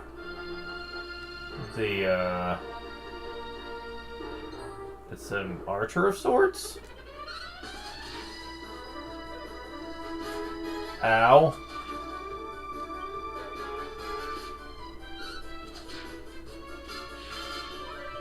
Okay, we might be able to beat this guy. Depends on the amount of health he's got. Oh, yeah, we beat him. Okay. 36 experience, 12 gold. Drops a copper monster coin.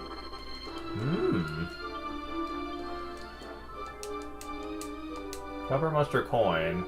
Those you sell for money. And for as early on as you get these, they actually sell for a lot. Okay, but the other red chest is a bit farther north.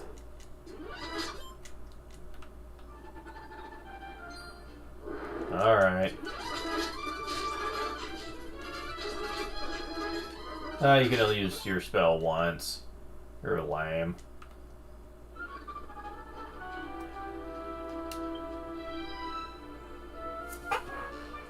Huh. Okay.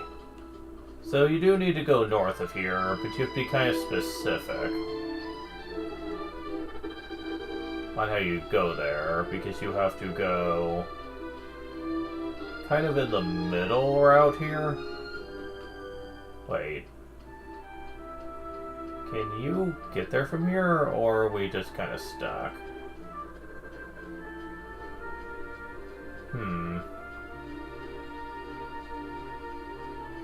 Yeah, this is just gonna lead right here. And there's no other way to exit from this place, so... Oh, I know what the problem is. I didn't go far enough.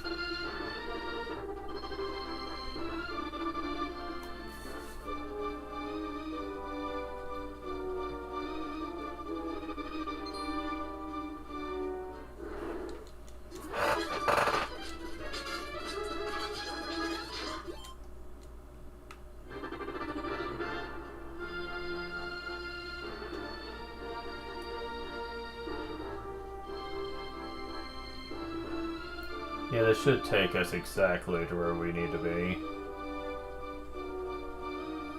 Yeah, the fact that there's no random encounters means looking for treasure is nowhere near as tough. Although we have another one of these, this might be a problem. This one, I remember... Yeah, it was much tougher. I'll try approaching with full health, but I don't think it's gonna matter here.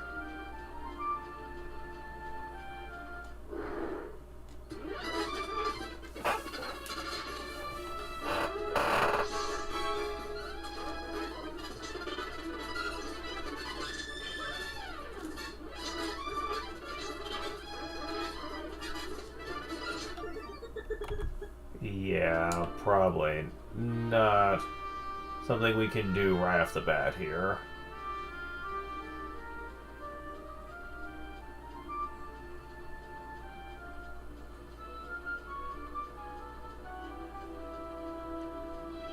There it is. Oh, fuck off with that roll. Come on. Seed of Life.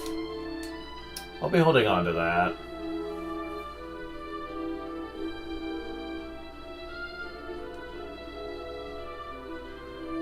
Yeah, we don't want to get that guy's attention.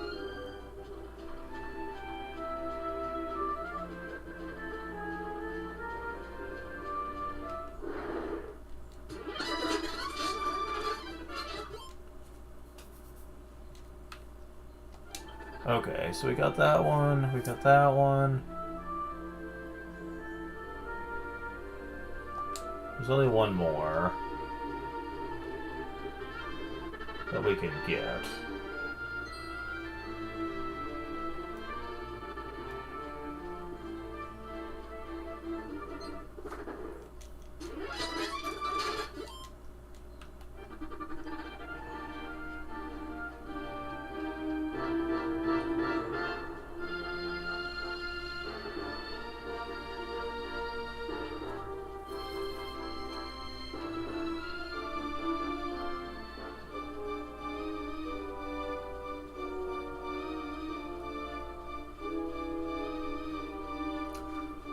Oh, it's showing up now. We've killed 30 slimes. This is new to the 3DS version. And... just a moment.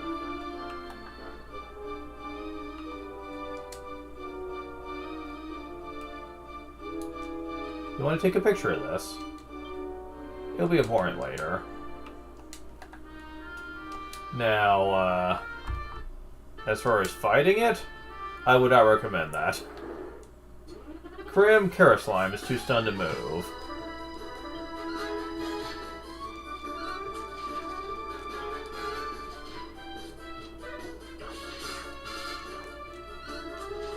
Yeah, it's about as tough as the dry dragon thing was.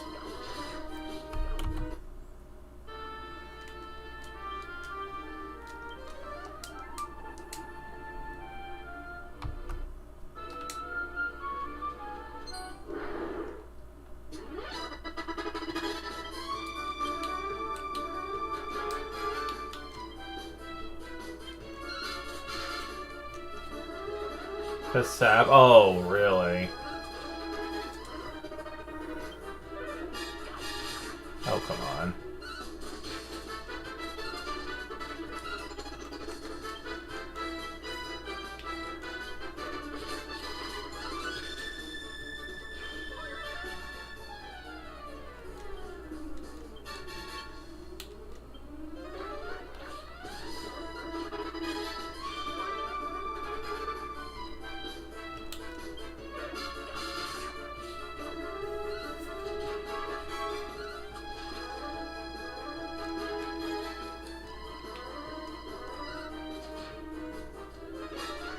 Yeah, keep using that.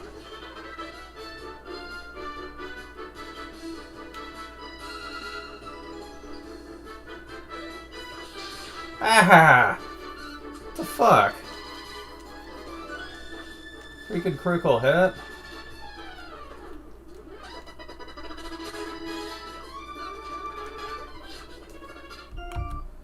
Yeah, that could happen for now.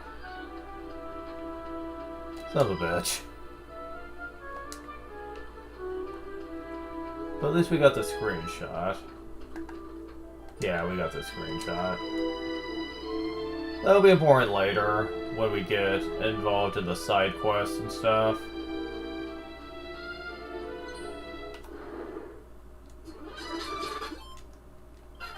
Level up.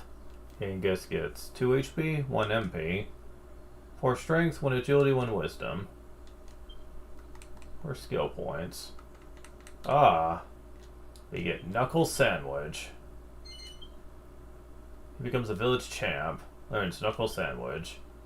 If it hits the enemy, it does 50% more damage. Very nice.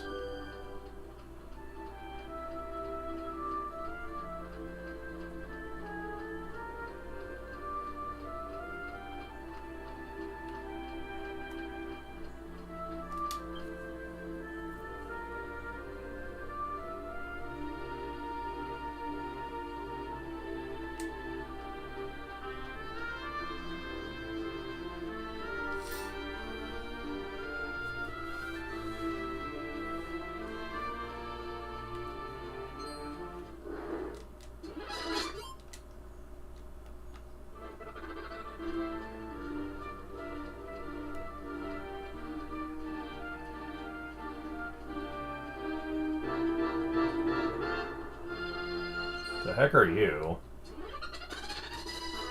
Beetle Boy? Oh, you're not very tough. You give a lot for just one enemy, though.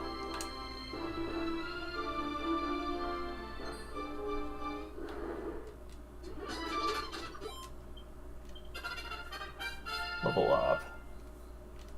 And it's 5 HP, 4 MP, 2 strength, 2 agility, 2 wisdom, 1 resilience.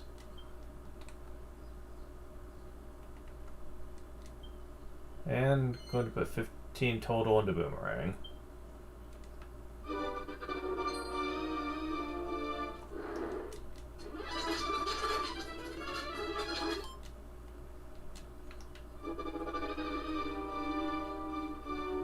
And there it is.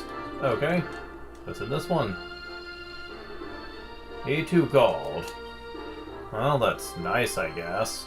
Let's see.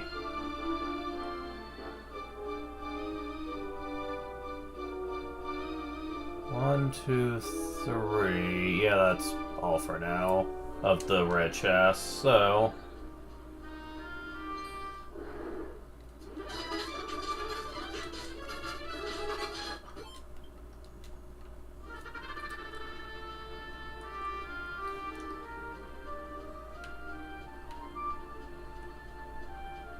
in case you're wondering if we're getting over-leveled, yeah, no, not really. Even in the original game, for the area we're going to next, level 7 is really considered the average. You don't need to actually be that high level to win, but it's recommended.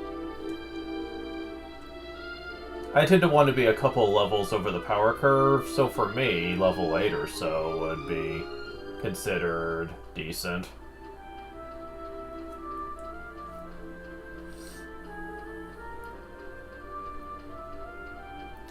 Don't worry though, I know exactly what to do for going in there.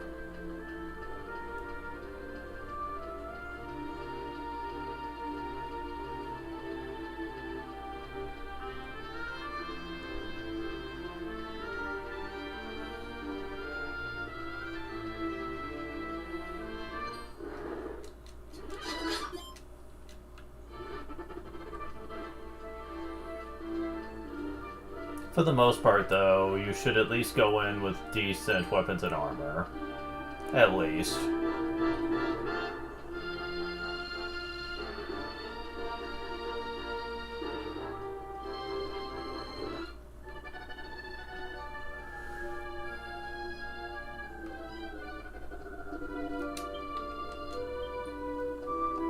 Yeah, we're not leveling up anytime soon, so let's go and go to the inn.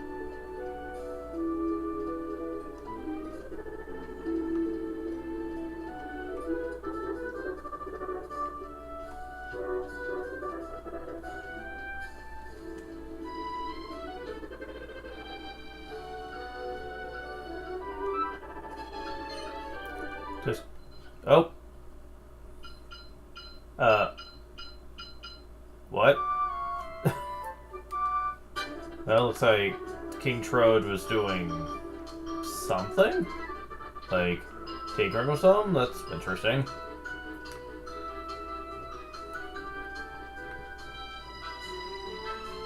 Well, we have all the weapons we need for the moment. So, let's see here. The most expensive thing is leather armor, which only Armin can use. Now, one thing I will be discussing,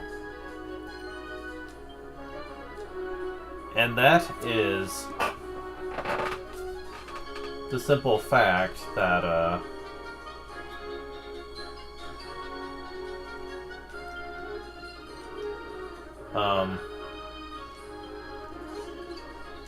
get another shield. Let me go and buy this equipment out first. Yeah, we have all the armor we need for the time being. Still got some money left.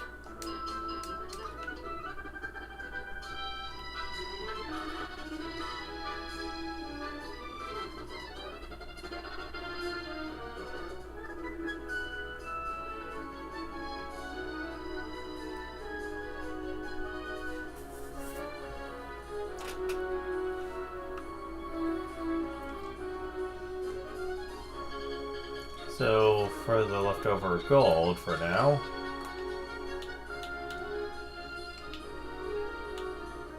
we're gonna be just getting a few herbs for now.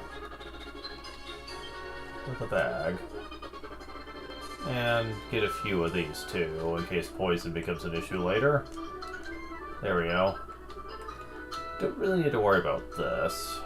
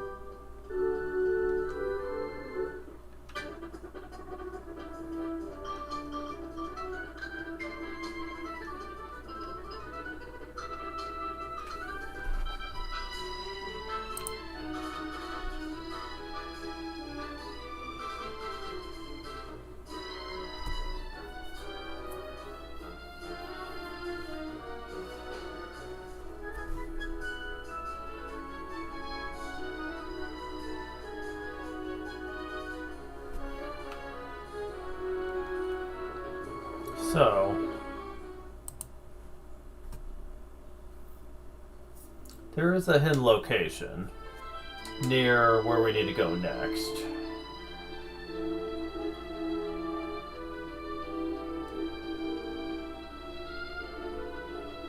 Okay, we're going to ignore the Mr. Bullshit critical hit dude over there and go to the waterfall cave. Sort of. You'll see. This road leads straight to it. So we're level 7. Yeah, that's decent. So I'm just gonna go with it.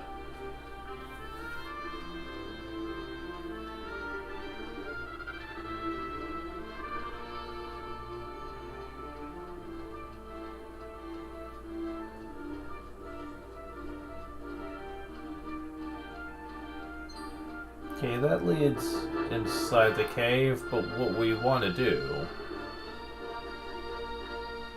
is actually go around it. Let's see.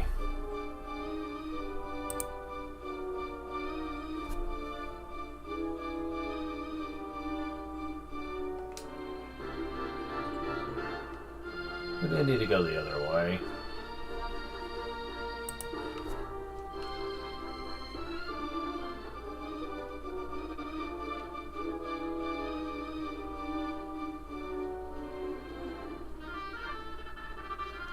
Oh, this is where the blue chest is at.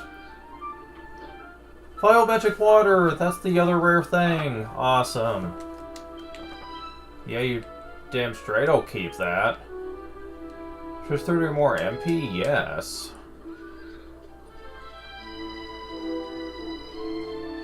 That is a very nice item to have at this point in the game by a long margin. Now you want to climb to the top of the cave, because there's something to do.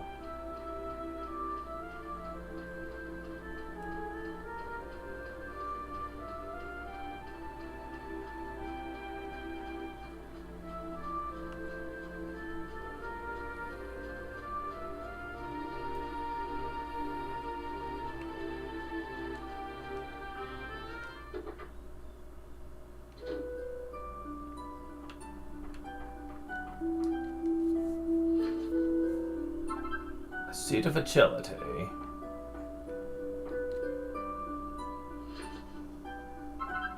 And a vial of holy water.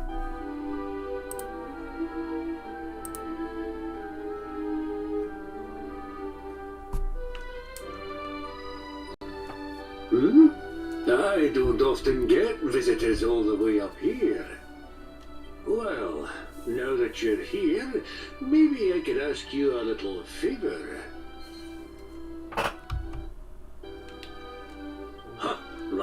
unexpected. I was sure you'd say yes. I mean, you must have plenty of time on your hands to have come all the way up here.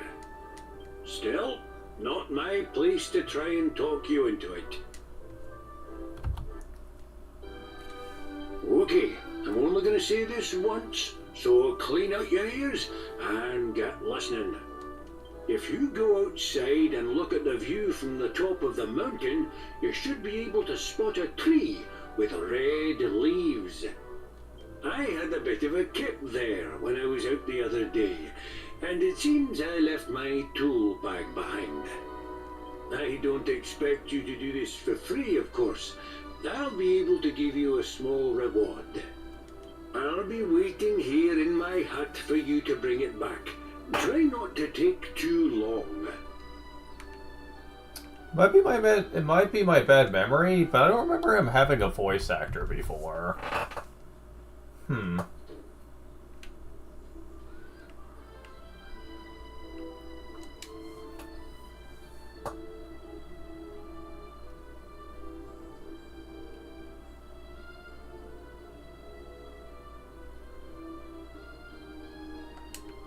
Path eastward from Fairbury.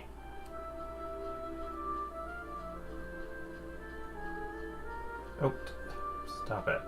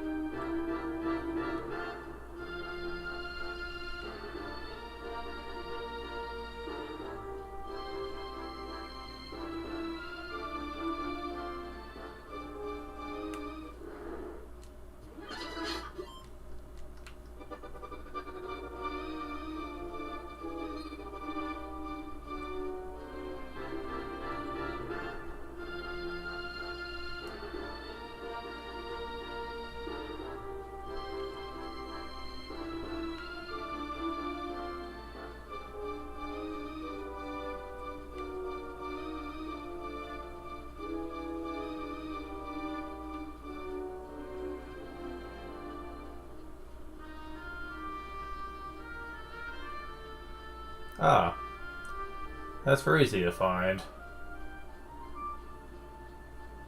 Didn't even have to look very hard.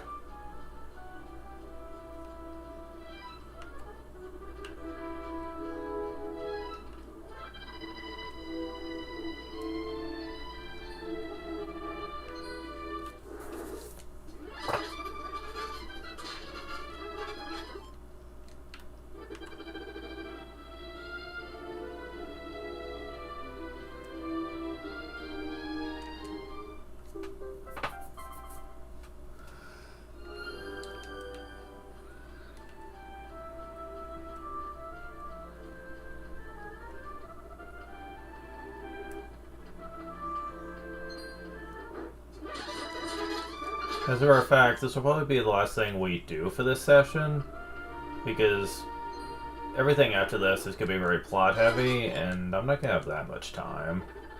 So... But we have gotten a lot done, though, which is really cool. I'm just happy I got that magic water to show up during the first session. I thought I was going to have to off-screen that.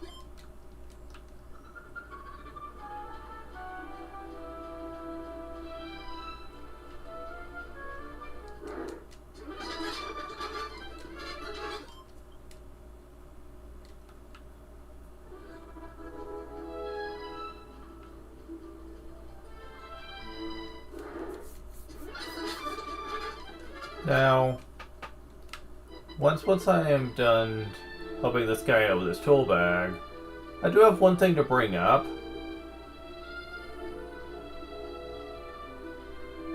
That really makes this game very fascinating to experience. And if not for it, then you'd only be getting half the experience from this game. But more on that in a moment.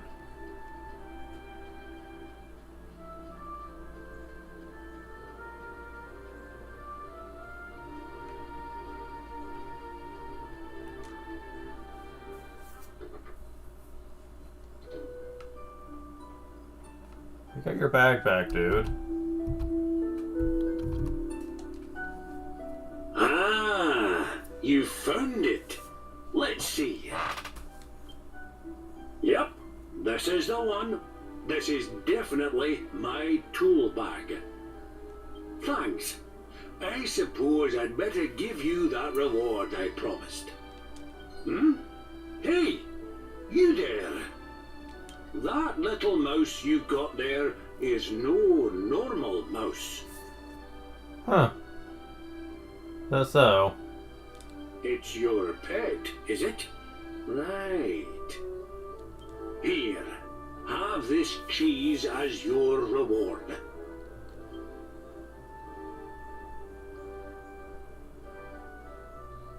There's 8 pieces of plain cheese in the bag. It may just be plain old cheese, but that mouse of yours is sure to like it. You said that very weird.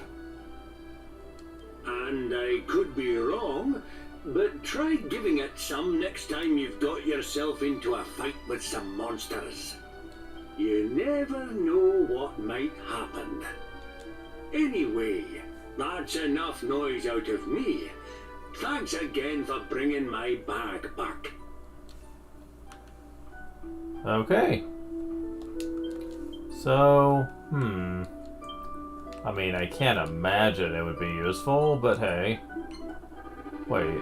Oh, that's not what I thought it was. Not plain clothes I am interested in. It's the plain cheese.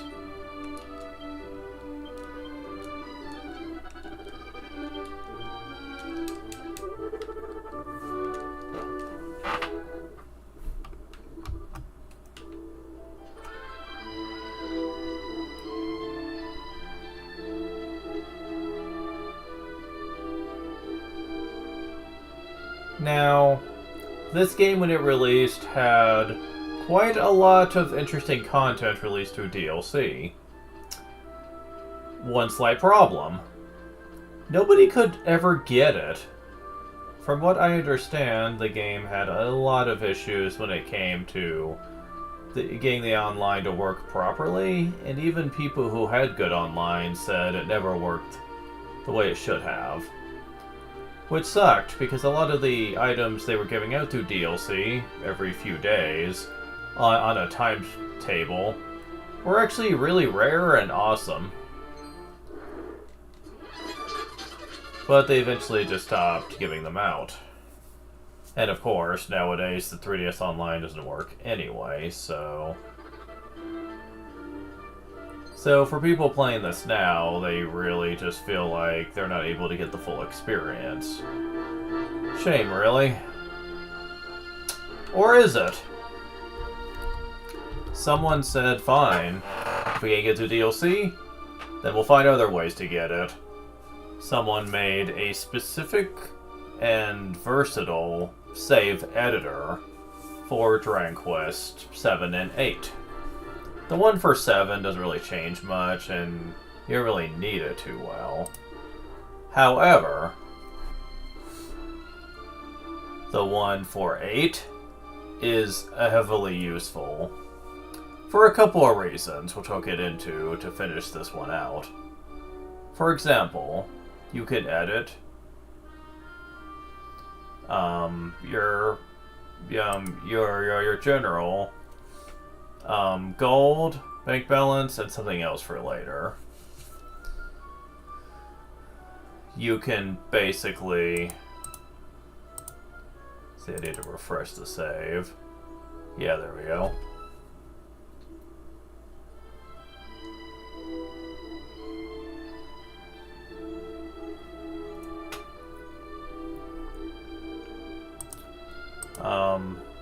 You can change which area you start in, which is weird.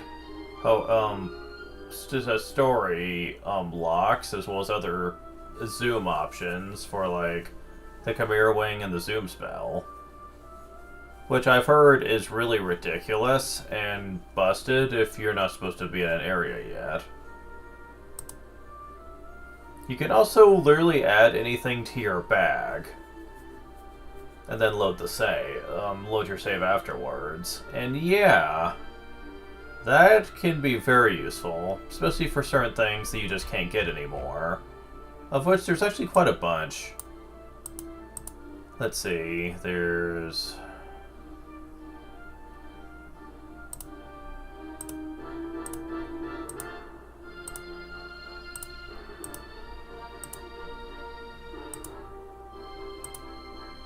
$32 items that were literally locked to a DLC. Yeah. During the next session, I will be putting one of each of these in the bag. Well, not one of everything, since some things are not only DLC, but are things you wouldn't normally have access to. More on that later. But I'll definitely be doing research on that.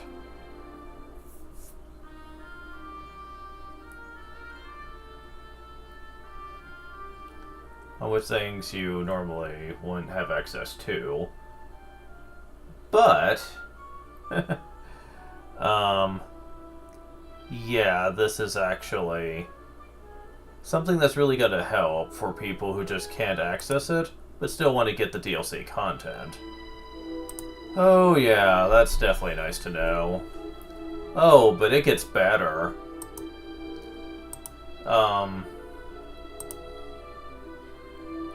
You can actually restore your people at will if you ever feel like you are in a bad spot and you just feel like there's no other way out. You can press the restore option, use a quick save that the game actually lets you do. It's in miscellaneous, you can just do a quick save.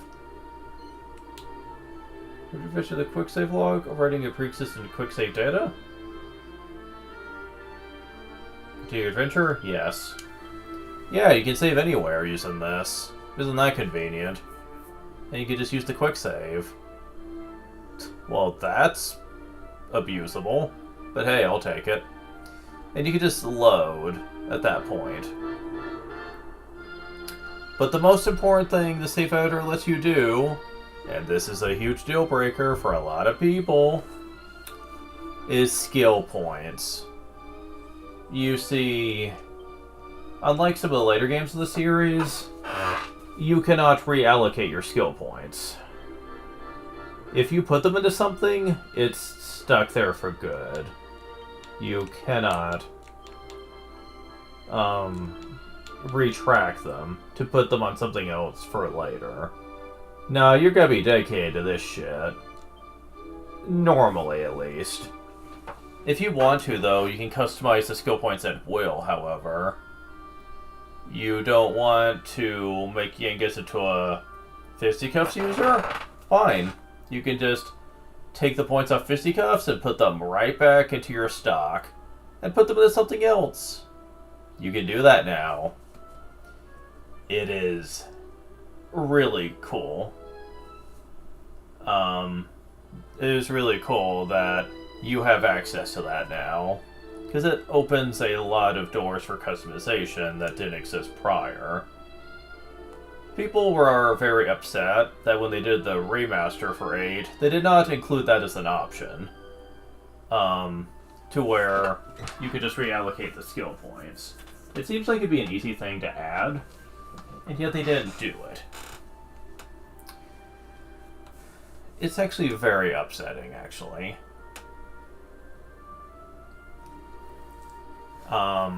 So... that is definitely something that a lot of people were upset about. And I totally get it. Anyways, one thing I want to show off still. Doesn't matter what enemy we have for this, so we'll just go for you.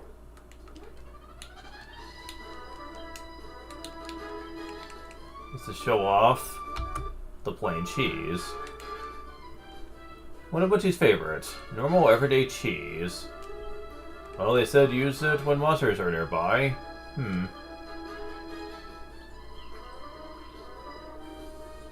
Oh, pfft. What? Let me slow down the speed for a moment. What? Did Munchie just breathe fire? Yeah.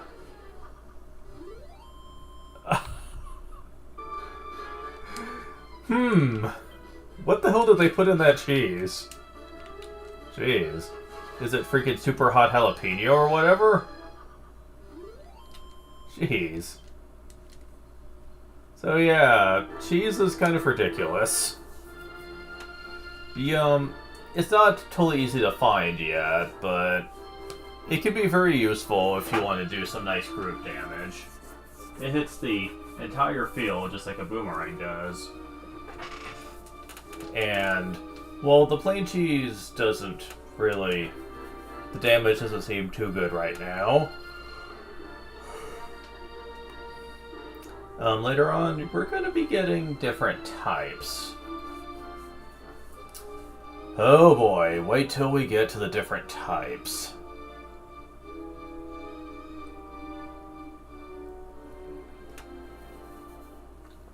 But yeah, the save editor will be heavily exploited with me playing this.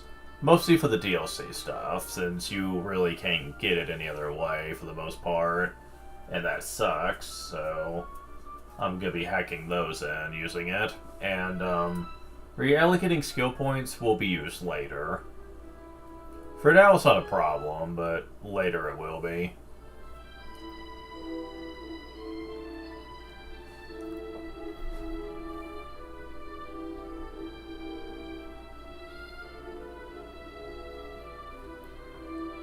I really like this a lot.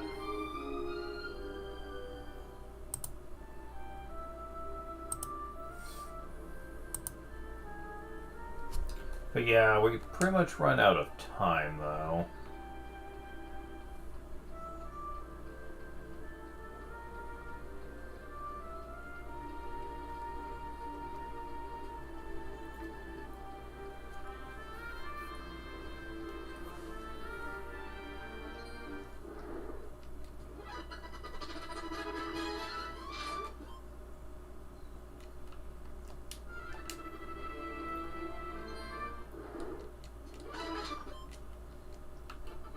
Suppose I could try this monster again to finish things out, but I really don't think I could beat it.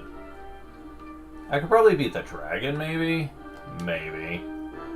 But this thing? No, I'm not gonna bother. I know where that would probably end up, so probably not worth it.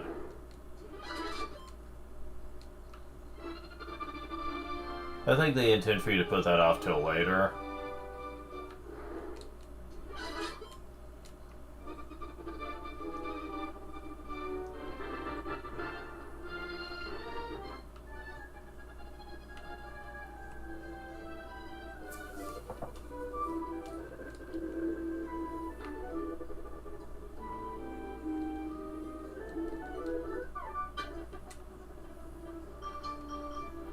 Now we did get a copper monster coin. So in case you're wondering what that's all about.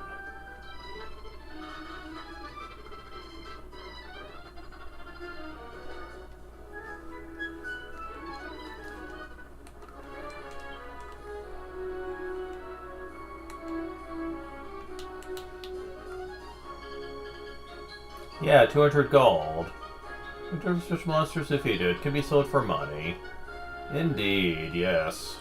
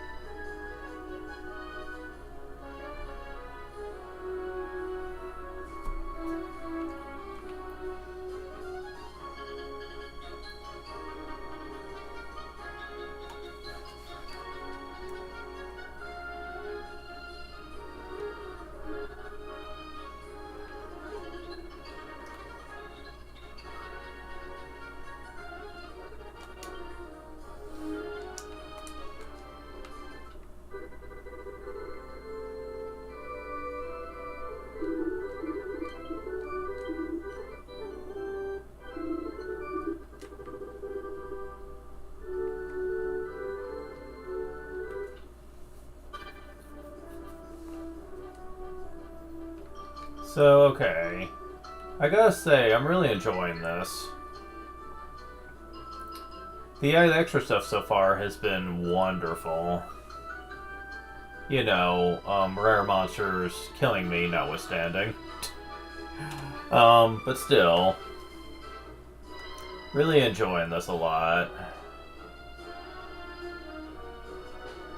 I mentioned before that I think, well, Dragon Quest 7, F-Mortis Dojo 4, 8 is the objectively better one out of the two. And I stand by that, unfortunately. Because I think 8 just has more charm going for it, and it also has a far more balanced level ups skill system. You don't have to wait till halfway through the game to get class change, for one thing, and it also just feels better balanced in terms of your levels being more tied to your growth again, rather than a new system altogether. So, I think that's just better handled, honestly. Dragon Quest is just better when levels feel important.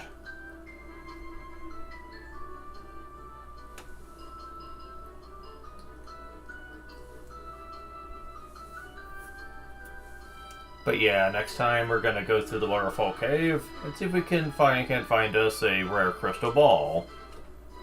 Hopefully. Thank you guys for watching. I will talk to you later. See ya.